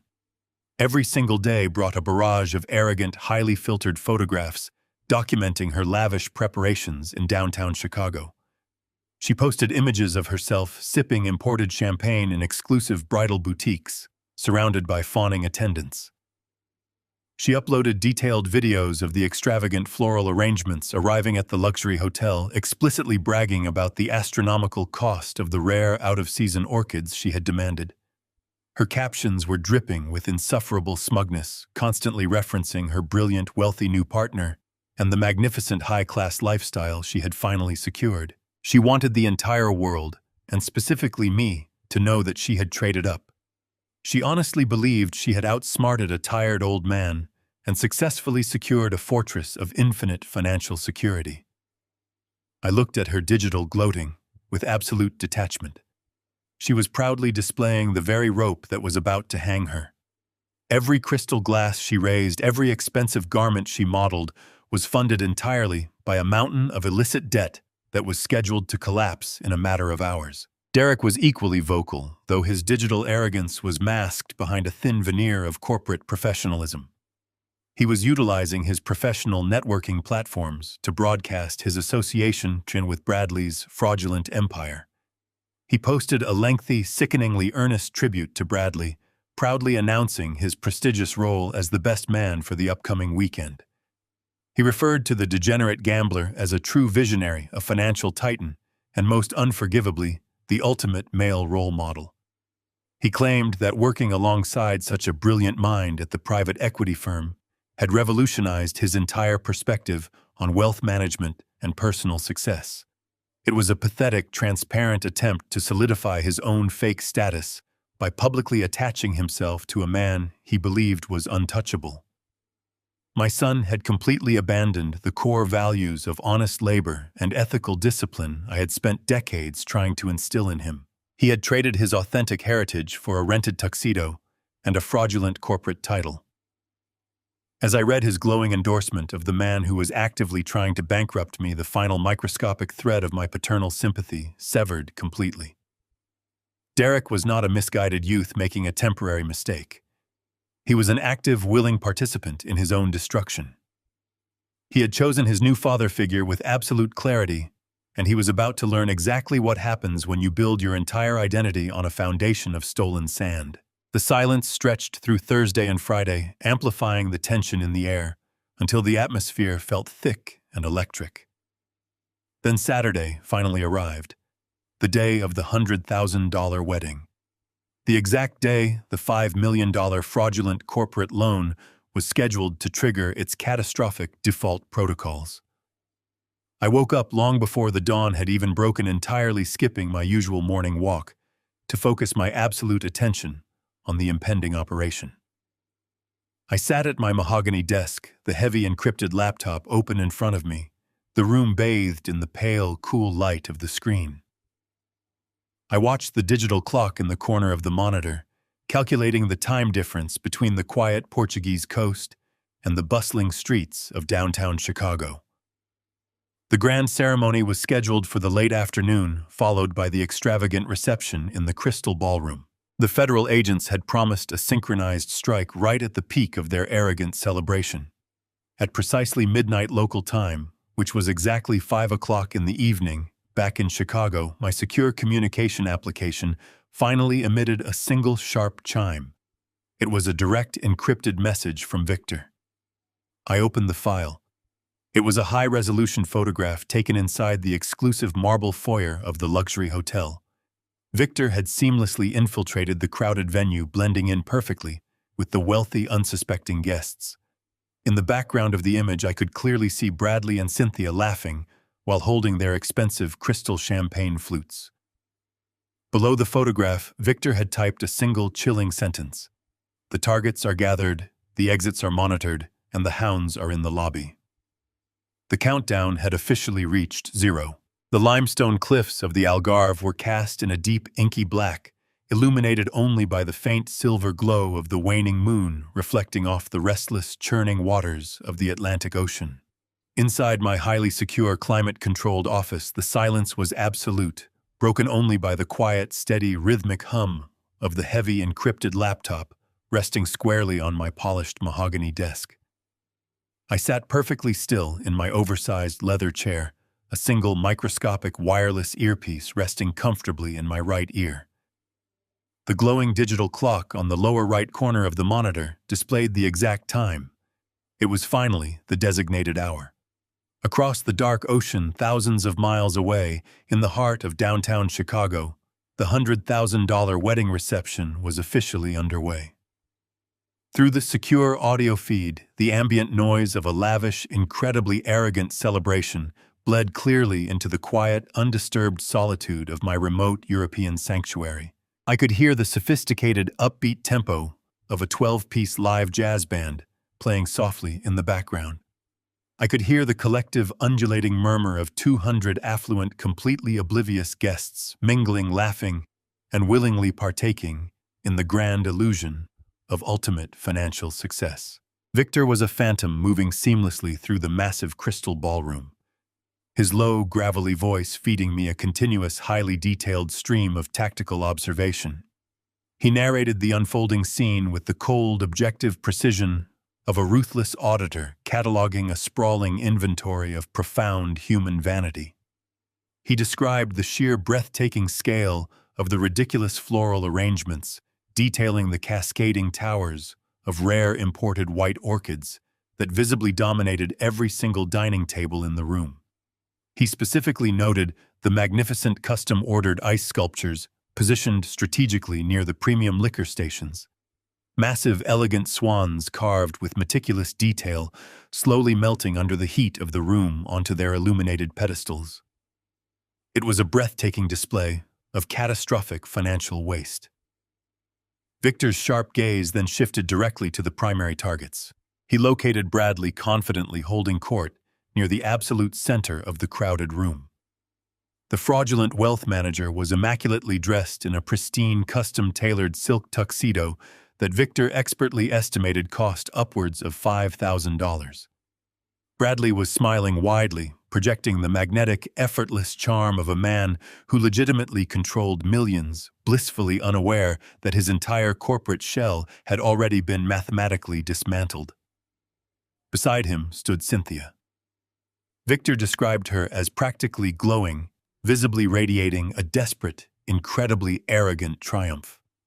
She was proudly draped in imported silk and sparkling jewels, playing the coveted role of the incredibly wealthy matriarch to absolute, undisputed perfection. She was eagerly soaking in the envious stares of her elite social circle, completely convinced that she had successfully traded a boring, predictable life of guaranteed security for a thrilling, glamorous fairy tale of endless luxury. I listened to the bright clinking of crystal champagne flutes and the sophisticated, polite laughter echoing clearly through my earpiece, feeling a deep, profound sense of dark, poetic irony. They were happily toasting to a glorious, expanding future, an illusion entirely financed by the capital they had systematically stolen from my hard-earned legacy. Every single sip of vintage champagne, every tiny bite of gourmet catering, and every single musical note played by the jazz band was directly underwritten by the fraudulent $5 million loan Derek had illegally secured using my perfectly forged signature. They were literally feasting on the hard evidence of their own impending federal indictments. They genuinely believed they were the smartest, most untouchable people in the room, operating entirely above the standard consequences of basic morality. But as I sat in the dark, thousands of miles away, I knew the devastating, unavoidable reality unfolding just beyond the heavy brass doors of that magnificent ballroom. I knew that at that exact precise moment, a massive fleet of unmarked black utility vehicles was silently surrounding the physical perimeter of the luxury hotel. I knew that dozens of highly trained federal agents, heavily armed with comprehensive asset seizure warrants and undeniable forensic proof of international wire fraud, were quietly securing every single possible exit. The invisible, inescapable net was pulling incredibly tight. The massive, uncompromising weight of the United States government was descending rapidly upon their fragile house of cards, and they were completely, tragically oblivious to the violent storm gathering right outside the lobby windows. Through the secure earpiece, Victor's calm voice cut smoothly through the ambient cocktail music once again. He efficiently reported that the busy catering staff was finally beginning to clear the primary dinner service from the tables, clearly signaling the traditional transition to the formal wedding speeches. He carefully tracked Derek moving confidently through the dense crowd, enthusiastically shaking hands and eagerly accepting warm congratulations from complete strangers.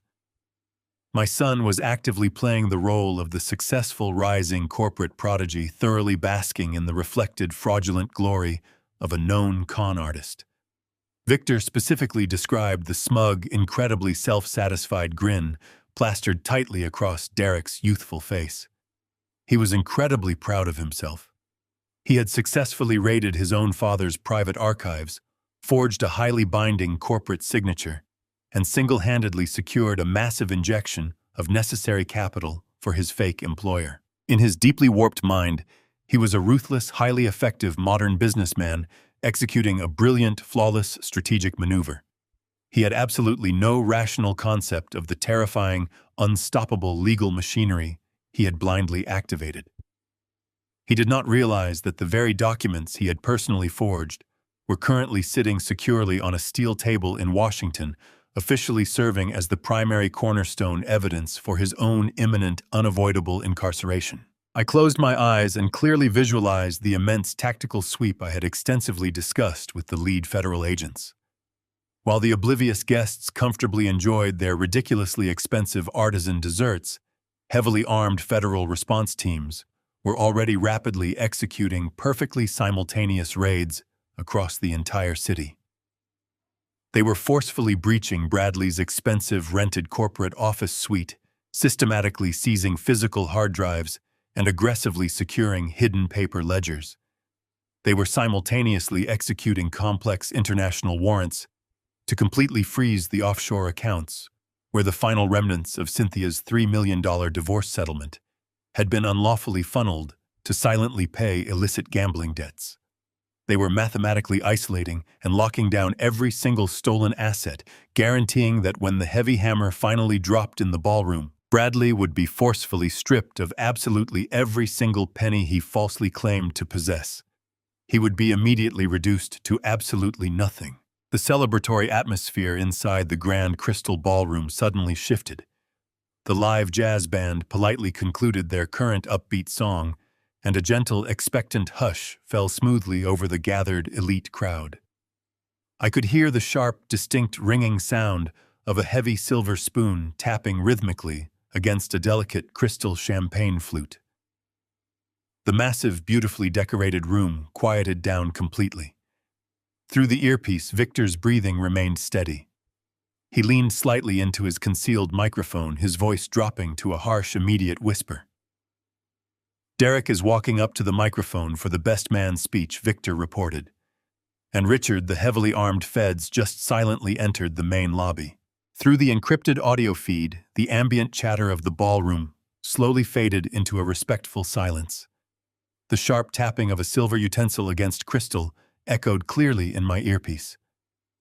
Derek cleared his throat, leaning close to the microphone. His voice resonated with a sickeningly confident vibrato, echoing across the massive room. He welcomed the affluent guests, thanking them for gathering to celebrate the union of two incredibly spectacular individuals. Victor's low, gravelly whisper cut beneath my son's echoing voice, feeding me the visual context from his concealed vantage point near the premium liquor station. Victor described Derek standing perfectly upright at the head table wearing a tailored tuxedo that undoubtedly cost more than his actual monthly salary. Bradley was seated directly to his right, leaning back in his chair with the arrogant posture of a conquering king swirling vintage champagne in his expensive flute. Cynthia was seated to Bradley's left, her face glowing with a radiant manufactured triumph, completely captivated by the elaborate performance her son was delivering. I sat frozen in my isolated study, my face carved from solid stone, listening to the culmination of their ultimate betrayal. Derek smoothly transitioned into the core of his meticulously rehearsed speech. He spoke about the profound difficulty of finding true leadership in the modern corporate landscape. He boldly claimed that for the vast majority of his life, he had been entirely misguided about the genuine nature of success. His tone shifted, dripping with a thick, heavily implied condescension. He told the captivated audience that he grew up watching a man who equated blind loyalty and exhausting endless manual labor with wealth. He audaciously referred to me, the man who had fully financed his entire privileged existence, as a tired relic of the past. He stated that the old ways of doing business, the slow, methodical, agonizing path of traditional logistics and operational grinding, were completely obsolete in today's fast-paced, dynamic financial ecosystem. He claimed that he had spent years feeling trapped under the oppressive weight of outdated expectations, suffocating in the shadow of a man who simply could not comprehend the brilliant complexities of modern institutional wealth. The sheer audacity of his words was breathtaking. He was proudly and publicly executing my character to elevate his own pathetic standing. The ballroom erupted into a gentle, sophisticated wave of supportive applause. Cynthia clapped enthusiastically, her diamond bracelets catching the harsh glare of the crystal chandeliers. Victor reported that Bradley offered a humble, deeply appreciative nod, playing the role of the gracious mentor to absolute perfection. Derek waited for the applause to naturally recede before continuing his sickening tribute. He turned his body directly toward the groom. He dramatically raised his hand, pointing at the fraudulent grifter who was actively driving our entire family toward absolute federal ruin. Derek declared that meeting Bradley had been the single most transformative experience of his entire professional career. He praised Bradley's alleged visionary genius, claiming the man possessed an unparalleled, almost mystical understanding of global equity markets. He told the room that Bradley had taken him under his wing, elevated him to the prestigious position of regional director, and personally taught him what real, undeniable success actually looked like. He spoke with the blind, radicalized devotion of a true cult member. He was utterly convinced that he had finally arrived at the absolute pinnacle of high society, surrounded by the elite, untouched by consequence. I listened to the steady rhythm of the Atlantic waves crashing against the limestone cliffs outside my window. The contrast between the violent power of the ocean and the sterile silence of my encrypted office perfectly mirrored my internal state. I felt absolutely no sorrow. I felt no residual paternal instinct urging me to protect the foolish boy standing at the microphone. I only felt the cold, mechanical precision of a seasoned logistics auditor observing the final sequence of a flawlessly executed supply chain operation. The cargo had reached the terminal. The trap had been successfully triggered. Derek was currently celebrating with the very capital he had unlawfully stolen from my secure archives. He was proudly boasting about a corporate empire entirely propped up by a forged surety bond, bearing my signature. Every single word of his arrogant speech was another highly documented nail in his own federal coffin. I took a slow, measured breath, letting the cool Mediterranean air fill my lungs. The tactical strike teams were already sweeping through the hotel lobby, moving with the quiet, overwhelming force of a synchronized military assault.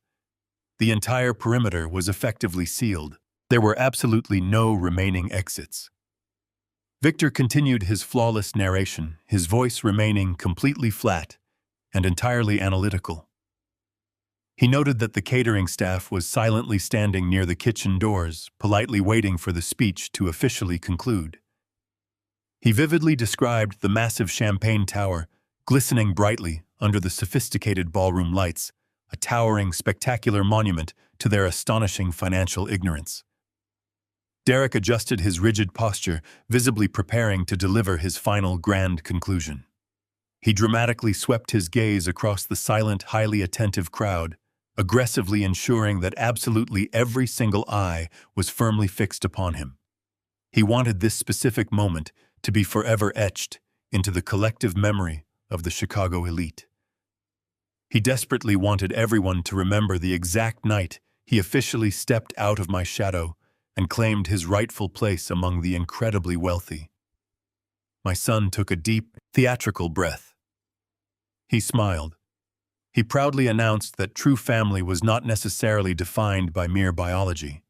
He boldly stated that true family was entirely defined by the people who actively pushed you to achieve absolute greatness, the people who believed in your limitless potential, when others only offered tedious, suffocating doubt. He practically sneered as he delivered that line, sending a direct, unmistakable insult across the ocean, fully expecting me to eventually hear about his grand declaration.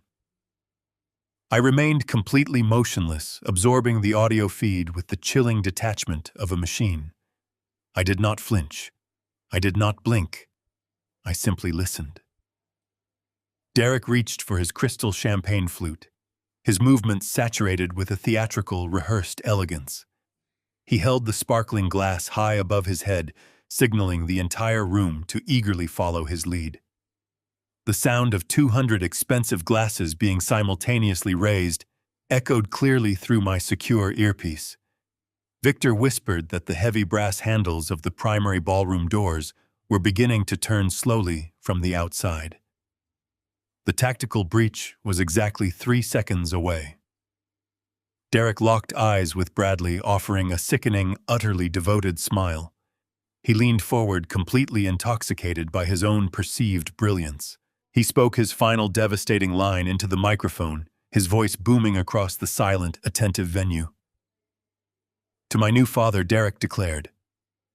Before the audience could even begin to cheer, the massive mahogany doors of the ballroom were violently kicked open. The heavy wood slammed against the marble walls with a deafening, explosive crack. The live jazz music screeched to a sudden, terrified halt. A dozen heavily armed federal agents flooded into the extravagant reception. The absolute destruction of their pathetic, fraudulent fairy tale had officially and undeniably begun.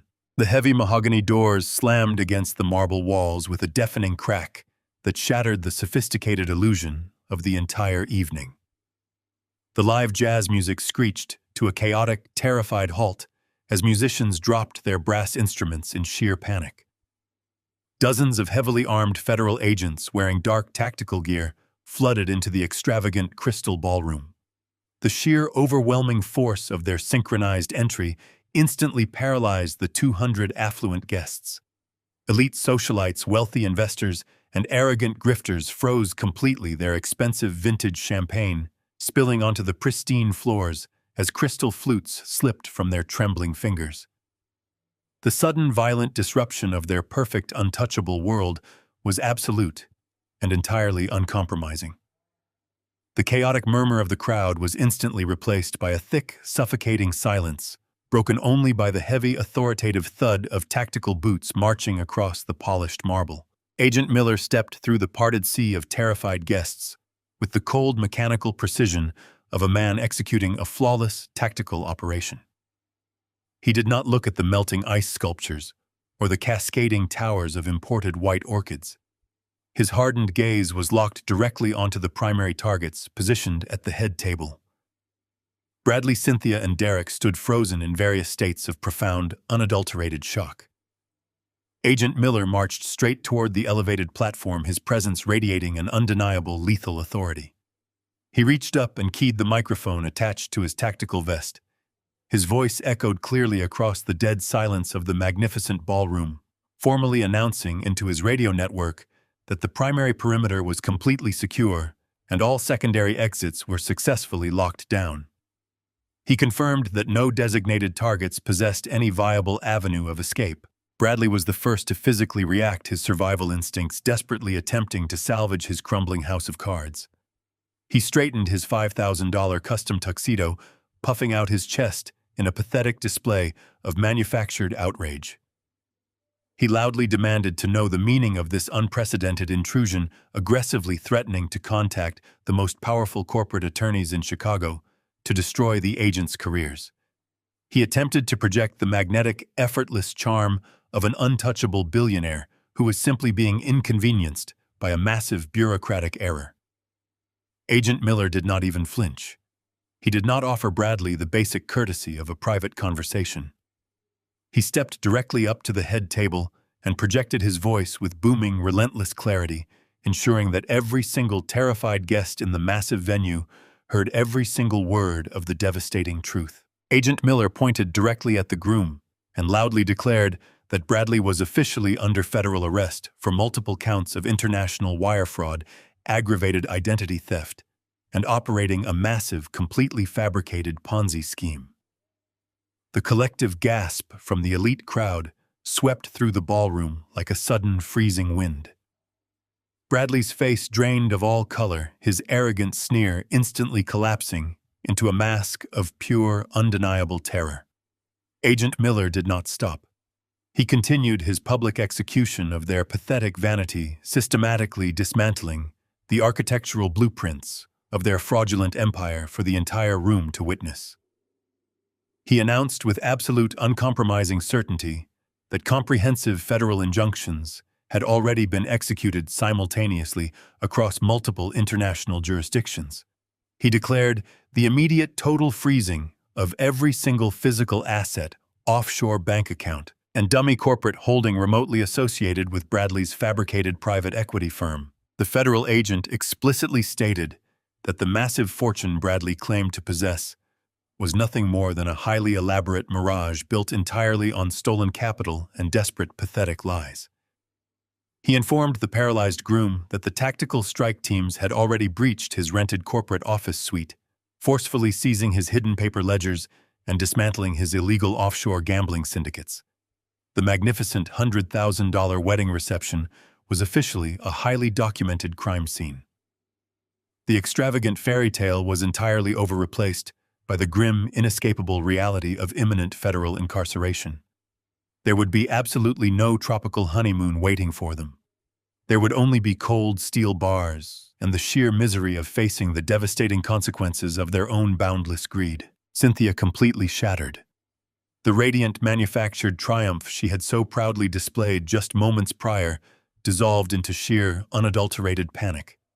The sparkling jewels resting against her neck suddenly looked like heavy, suffocating chains. She violently pushed her chair back, the loud scraping sound cutting sharply through the tense atmosphere. She lunged forward, her voice breaking into a shrill, desperate shriek of pure disbelief. She pointed a trembling finger at Agent Miller, aggressively insisting that he had made a catastrophic mistake. She screamed that Bradley was a legitimate financial titan, a visionary wealth manager who controlled infinite resources. Her voice cracked as she frantically declared that the federal asset freeze was completely impossible because her personal, highly protected $3 million divorce settlement was currently secured safely within his magnificent high-yield investment fund. She wildly claimed that they were incredibly wealthy, completely untouchable, and vastly superior to the people currently surrounding them. Agent Miller slowly turned his attention away from the trembling grifter and looked directly at my former wife. The hardened professional disgust in his eyes was slowly replaced by a cold, incredibly devastating pity. He looked at a woman who had willingly burned her entire family to the ground for a shiny new illusion, a woman who had traded genuine stability for a pathetic, fraudulent lie. The silence in the deeply shocked ballroom was absolute, as everyone eagerly waited for the federal agent to respond to her frantic, desperate screaming. Miller did not raise his voice at all. He did not offer her a single ounce of any comforting reassurance. He simply leaned forward, his cold words slicing smoothly through the heavy, suffocating air with lethal, undeniable precision. He looked Cynthia directly in the eye and delivered the absolute fatal blow to her entire manufactured existence. "Ma'am, your money was gone the very day you signed those final divorce papers," he stated clearly. Cynthia physically collapsed, her knees buckling, as the staggering weight of her absolute financial ruin finally crushed her fragile, arrogant spirit. The $3 million she had ruthlessly extracted from my life, the capital she had proudly flaunted to her elite social circle, had simply vanished into the offshore banking networks, entirely liquidated to fund a degenerate gambler's pathetic debts. She had absolutely nothing left. Agent Miller immediately pivoted, shifting his sharp, unwavering focus to the final designated target remaining at the table. He turned his attention to Derek, who was still standing rigidly behind the microphone, the smug, condescending grin permanently wiped from his pale, terrified face. My son looked completely paralyzed, his eyes wide with the sudden, horrifying realization that his brilliant, flawless strategic maneuver was actually a catastrophic, irreversible failure. He had built his entire identity on a foundation of stolen sand, and the tide had just violently rushed in. Agent Miller took one slow, deliberate step toward the boy, who had arrogantly called me a tired relic of the past. He reached down to his tactical belt, the heavy metal echoing loudly in the absolute silence. He pulled out a pair of cold steel handcuffs. The sharp clink of steel handcuffs sliding from the tactical holster shattered the paralyzed silence gripping the crystal ballroom.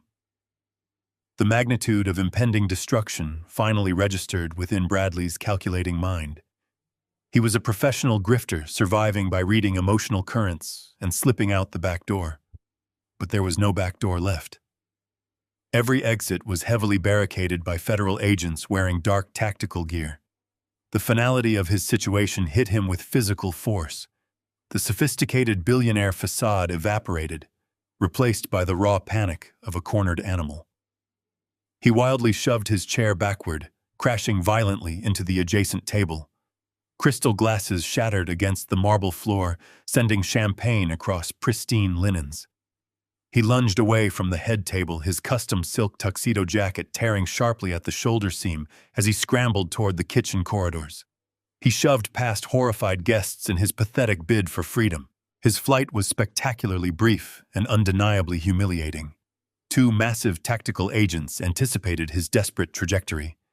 They moved with terrifying speed, intercepting the fleeing groom just as he reached the center of the lavish dance floor.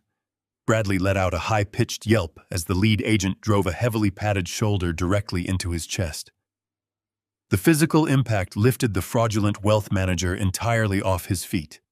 He flew backward through the air completely out of control and crashed violently into the massive 6-tier artisan wedding cake that Cynthia had proudly commissioned. The intricate masterpiece of white fondant and spun sugar exploded upon impact. Bradley slammed hard onto the polished marble floor, buried under a mountain of crushed cake and shattered glass. The agents descended upon him instantly, pinning his arms behind his back and driving his face directly into the sticky dessert. He thrashed and screamed obscenities, reduced to a flailing criminal covered in the physical wreckage of his magnificent lies. Cynthia remained frozen near the head table, incapable of processing the violent reality unfolding just a few feet away. She stared at the pathetic, frosting-covered mess that was supposed to be her billionaire savior. The grand fairy tale she had arrogantly constructed was being aggressively dismantled in real time. Her knees gave out entirely. She collapsed heavily onto the hard marble floor, tearing the delicate imported silk of her ridiculously expensive designer gown. The luxurious fabric caught sharply on the jagged edge of a shattered crystal flute, ripping a massive gash straight down the skirt. She fell onto her hands and knees, weeping uncontrollably amidst the ruined floral arrangements and spilled liquor. Her perfectly applied makeup ran down her face in dark streaks. The radiant matriarch was gone, replaced by a broken woman who finally understood she traded genuine loyalty for absolute financial ruin. Agent Miller looked at her with cold pity. "Ma'am, your money was gone the day you signed the divorce papers," he stated clearly. At the microphone, Derek was violently hyperventilating. His chest heaved with rapid, shallow gasps as he desperately tried to draw oxygen into his paralyzed lungs. The confident voice that had arrogantly mocked my traditional values had completely vanished. He stared at the steel handcuffs in Agent Miller's hands, his eyes wide with profound terror. His mind rejected the undeniable reality of his situation. He took a stumbling step backward, raising his trembling hands in a pathetic gesture of defense. He shook his head frantically, his styled hair falling messily across his sweating forehead. "There is a massive mistake," Derek screamed, his voice cracking into a high, desperate whine. "You have the wrong person. I am a legitimate executive. I am the regional director for this firm. I have nothing to do with any operation." He pointed a shaking finger at Bradley. "He is the boss. I am just an employee. You cannot arrest me." Agent Miller stepped directly into Derek's personal space, his imposing physical presence dwarfing my trembling son. "Derek Adler," the federal agent announced. "You are under arrest for federal forgery and identity theft regarding a $5 million fraudulent loan." Derek let out a choked gasp as the specific financial details of the federal charge hit him.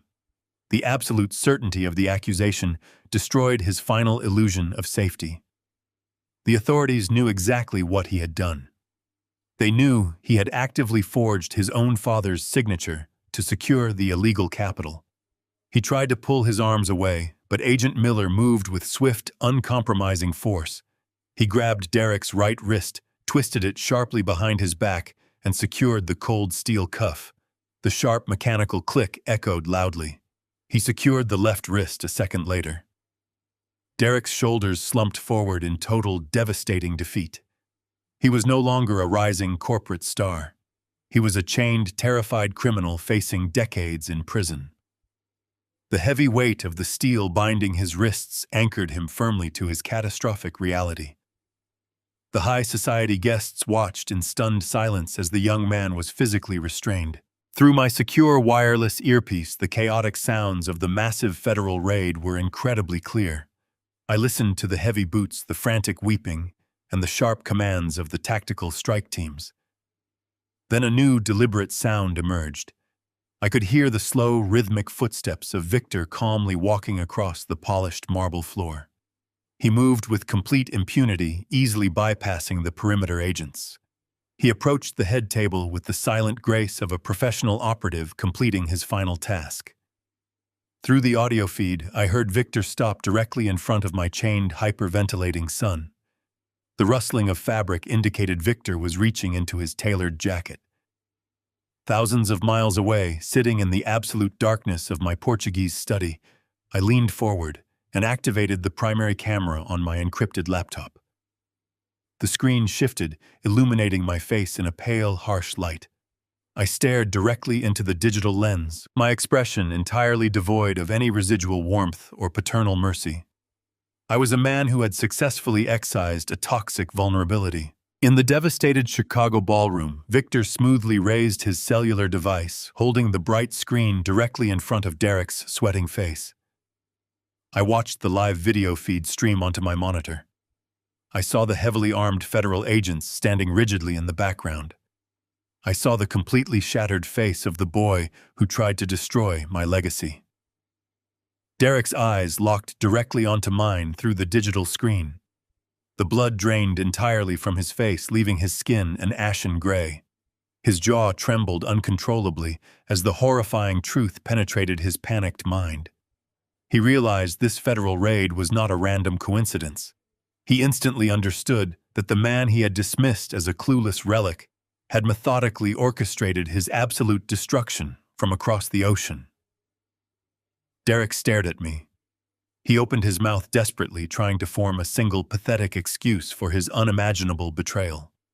His eyes begged for a microscopic ounce of paternal mercy. I stared back at him with eyes carved from glacial ice. I maintained unbroken eye contact for 3 agonizing seconds. Then, without saying a word, I calmly reached forward and hit the button to end the call. 2 days passed since the raid dismantled their pathetic illusion. The storm broke over Chicago, leaving absolute wreckage in its wake, while my morning in the Algarve remained undisturbed. I sat comfortably on the sunlit terrace of my villa, the Mediterranean breeze carrying the sweet scent of blooming orange groves. A steaming cup of black coffee rested on the glass table beside my laptop. The synchronized strike had been executed with flawless precision. Agent Miller confirmed the total seizure of all targeted assets. Bradley was locked in a federal holding facility, without bail, his sprawling Ponzi scheme exposed to the merciless scrutiny of the national media. My legacy was secure. My name was cleared of any fraudulent association. I felt a profound calm settling over my existence. I was a retired man enjoying the quiet beauty of a European coastal morning. The silence was broken by the ringing of my cellular device. I glanced down. The incoming number was blocked, hiding behind a cheap routing system. It was the signature of a burner phone. I accepted the connection. I held the phone to my ear and waited for the inevitable consequences of their arrogance to vocalize themselves. A ragged gasp echoed through the connection, followed by the sound of frantic weeping. It was Cynthia. Her voice was stripped of the radiant triumph she had proudly projected just 48 hours prior. She sounded hollow, exhausted, and shattered. The glamorous matriarch, draped in imported silk, had been violently replaced by a terrified woman standing in the ashes of her own greed. She stammered my name, her words tripping over desperate sobs. She did not offer an apology. She did not express genuine remorse for the devastating betrayal she and my son had orchestrated. She launched into a chaotic recounting of her absolute financial ruin. She described the terrifying moment the federal agents kicked open the mahogany doors of the Crystal Ballroom. She wept as she detailed the humiliating, highly public arrest of her billionaire savior. Every bank account tied to her name had been frozen by the government. The luxury vehicles were confiscated. The rented penthouse was permanently locked down. She possessed nothing. She told me she was currently standing outside a cheap motel near the federal courthouse, clutching a prepaid mobile device, wearing the same ruined designer dress from the wedding reception because she had nowhere else to go. Her $3 million divorce settlement was a complete phantom dissolved into offshore gambling syndicates. Then the true purpose of her pathetic call surfaced. The frantic weeping abruptly shifted into a sharp, demanding tone, an attempt to resurrect the manipulative tactics she had utilized for decades. She informed me that a federal judge had set Derek's bail at $500,000. She stated that my son was currently sitting in a holding cell facing decades in federal prison for aggravated identity theft and international wire fraud. She demanded that I immediately wire the necessary funds to secure his release. She tried to leverage the heavy weight of biological duty, violently throwing our shared history in my face as a weapon. She screamed that Derek was my only flesh and blood. She insisted that a father does not simply abandon his child to the merciless grinding of the federal justice system. Her voice climbed higher, growing increasingly shrill as she attempted to weaponize my own financial stability against me. She cried out that she knew perfectly well I possessed millions sitting safely in secure retirement accounts. She ordered me to liquidate whatever assets were required to save our boy. She aggressively reasoned that $500,000 was an insignificant drop compared to the massive fortune I had accumulated. She pleaded and demanded, completely blind to the fact that she was asking the victim to finance the rescue of his attempted murderer. I sat motionless on my sunlit terrace, listening to the frantic, begging voice of the woman who had tried to discard me. I felt no residual warmth. I felt no biological obligation. My mind flashed back to the exact moment I had stared at the digitized image of that $5 million commercial lending agreement, seeing the hesitant pressure marks of Derek's forgery. I remembered the cold, undeniable clarity of their betrayal. I had spent my entire life building an empire of genuine security, only to watch my own blood willingly try to burn it to the ground for a cheap illusion. I did not interrupt her hysterical rambling. I let her exhaust every single manipulative angle, every desperate plea, and every hollow demand. I waited until her voice finally broke, deteriorating into a series of pathetic, ragged gasps for air. The silence stretched between us, bridging the vast distance across the Atlantic Ocean. I took a slow sip of my hot black coffee. When I finally spoke, my voice was carved from solid glacial ice. It held no anger, no sorrow, and no mercy. I told her I found her request incredibly confusing. I reminded her of the glowing, arrogant speech Derek had proudly delivered to the Chicago elite just before the tactical teams breached the lobby. He told the entire room that Bradley was a brilliant, wealthy man who taught him the true meaning of success. I stated my tone perfectly flat. He explicitly declared that Bradley was his new father figure. Therefore, I suggest you ask the wealthy, successful man to post his $500,000 bail. Cynthia let out a sharp, devastated cry, the horrifying reality of my detachment, shattering her last remaining hope. I did not give her a second to formulate another pathetic excuse. I delivered the final mechanical blow to her entire existence. I informed her that I had just concluded a highly productive conference call with my corporate legal team in Washington. I calmly stated my attorneys were coordinating directly with the federal prosecutors handling the case. I assured her with unwavering certainty that my legal counsel would utilize every piece of forensic evidence available to ensure. Derek received the maximum federal sentence possible for forging my legacy corporate seal. I told her that the boy sitting in that concrete holding cell had made his choice the day he decided his father was an acceptable sacrifice for a stolen fortune. He would now face the uncompromising weight of that decision. I did not wait for a response. I pulled the device away from my ear and pressed the small red button terminating the connection. I opened the security settings on my cellular phone and blocked the untraceable number.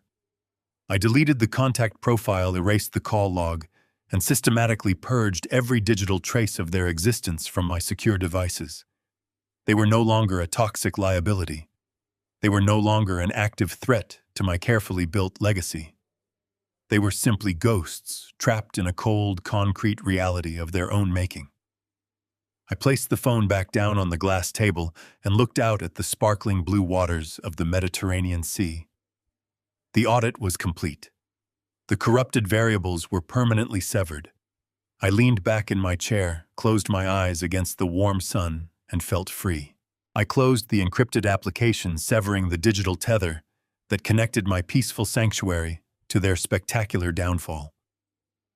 I shut the heavy lid of my laptop, the sudden darkness of the screen mirroring the absolute finality of my decision. There was no lingering adrenaline, no racing pulse, and no triumphant surge of vindictive joy.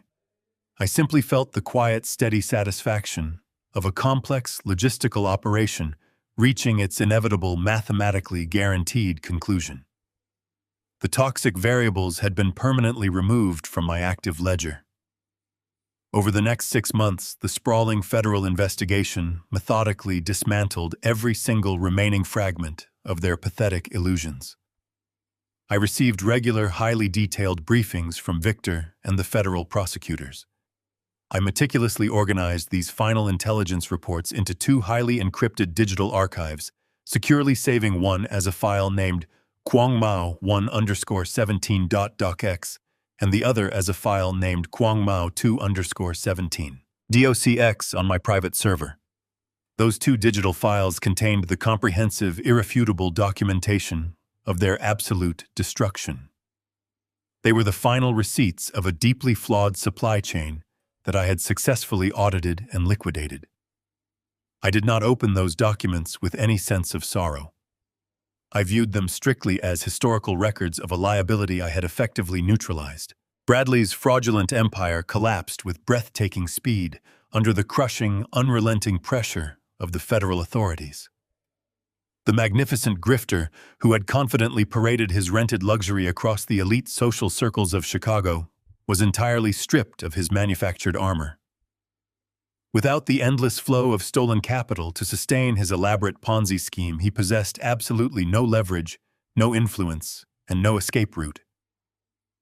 The trial was a rapid, utterly humiliating public spectacle.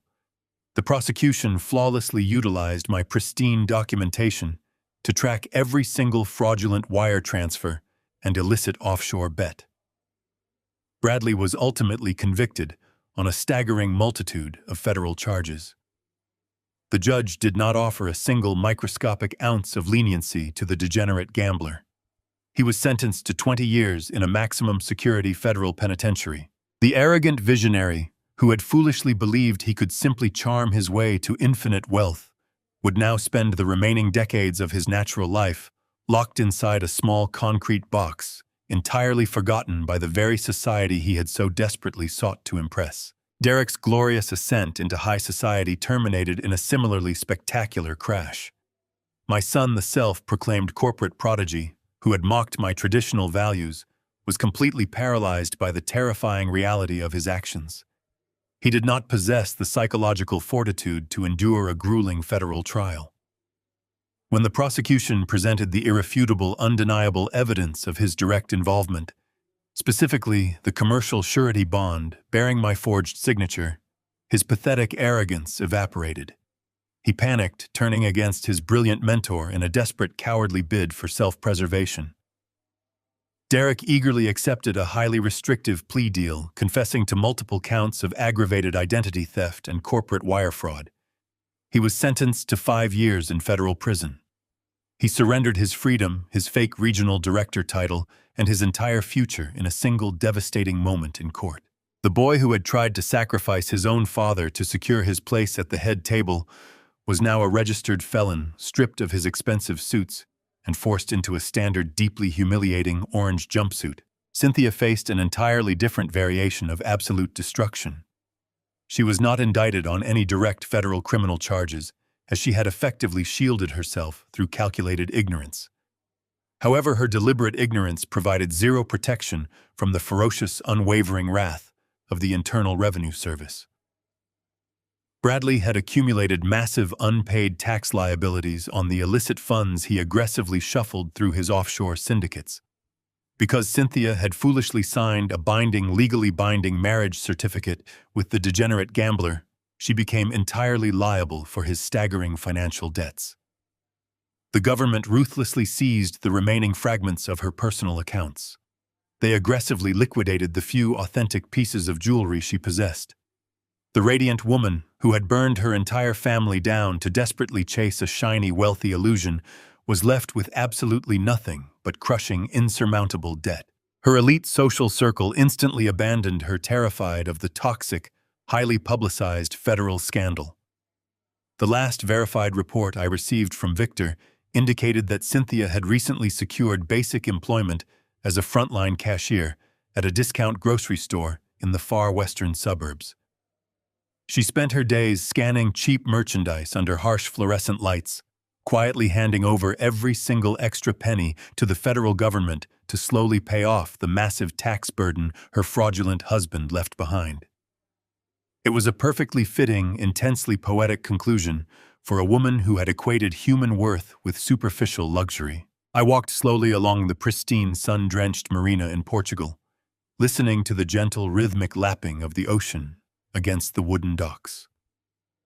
The warm golden afternoon sun reflected brightly off the white hulls of the expensive yachts anchored securely in the harbor. I inhaled the fresh, salty air deeply into my lungs, feeling an incredible, profoundly authentic sense of absolute peace settle firmly across my broad shoulders. I had successfully safeguarded the massive corporate empire I had painstakingly built over 4 exhausting decades. I had decisively protected the immense financial legacy that I had literally bled to secure. The deeply corrupted components of my supply chain had been methodically identified, aggressively isolated, and permanently severed before they could trigger a fatal systemic collapse. I had cut out the malignant cancer before it could spread and kill me. I paused near the edge of the polished wooden pier, resting my hands comfortably on the smooth metal railing. I watched the vibrant painted sails of a small fishing boat drift peacefully across the distant sparkling horizon. My mind was now entirely free from the suffocating heavy burden of their endless deception. I did not waste my valuable energy wondering if Derek was struggling to adapt to the brutal reality of his tiny concrete cell. I did not spend a single precious second worrying about Cynthia standing behind a cheap cash register, desperately scanning barcodes to pay off a monumental federal penalty. Their self-inflicted misery was a distant, entirely irrelevant concept existing in a dark, shattered world I no longer occupied. They had enthusiastically chosen to play an incredibly dangerous high-stakes game of corporate destruction, and they had spectacularly lost. The true ultimate revenge was not merely orchestrating their highly public, thoroughly devastating humiliation. The absolute purest form of victory was walking away completely unscarred. It was the quiet, undeniable realization that I did not need their manufactured validation or their hollow, conditional loyalty to find genuine happiness. I looked out at the breathtaking, brilliant orange sunset, rapidly sinking below the endless blue water. I felt entirely whole, incredibly strong, and perfectly content in my chosen solitude.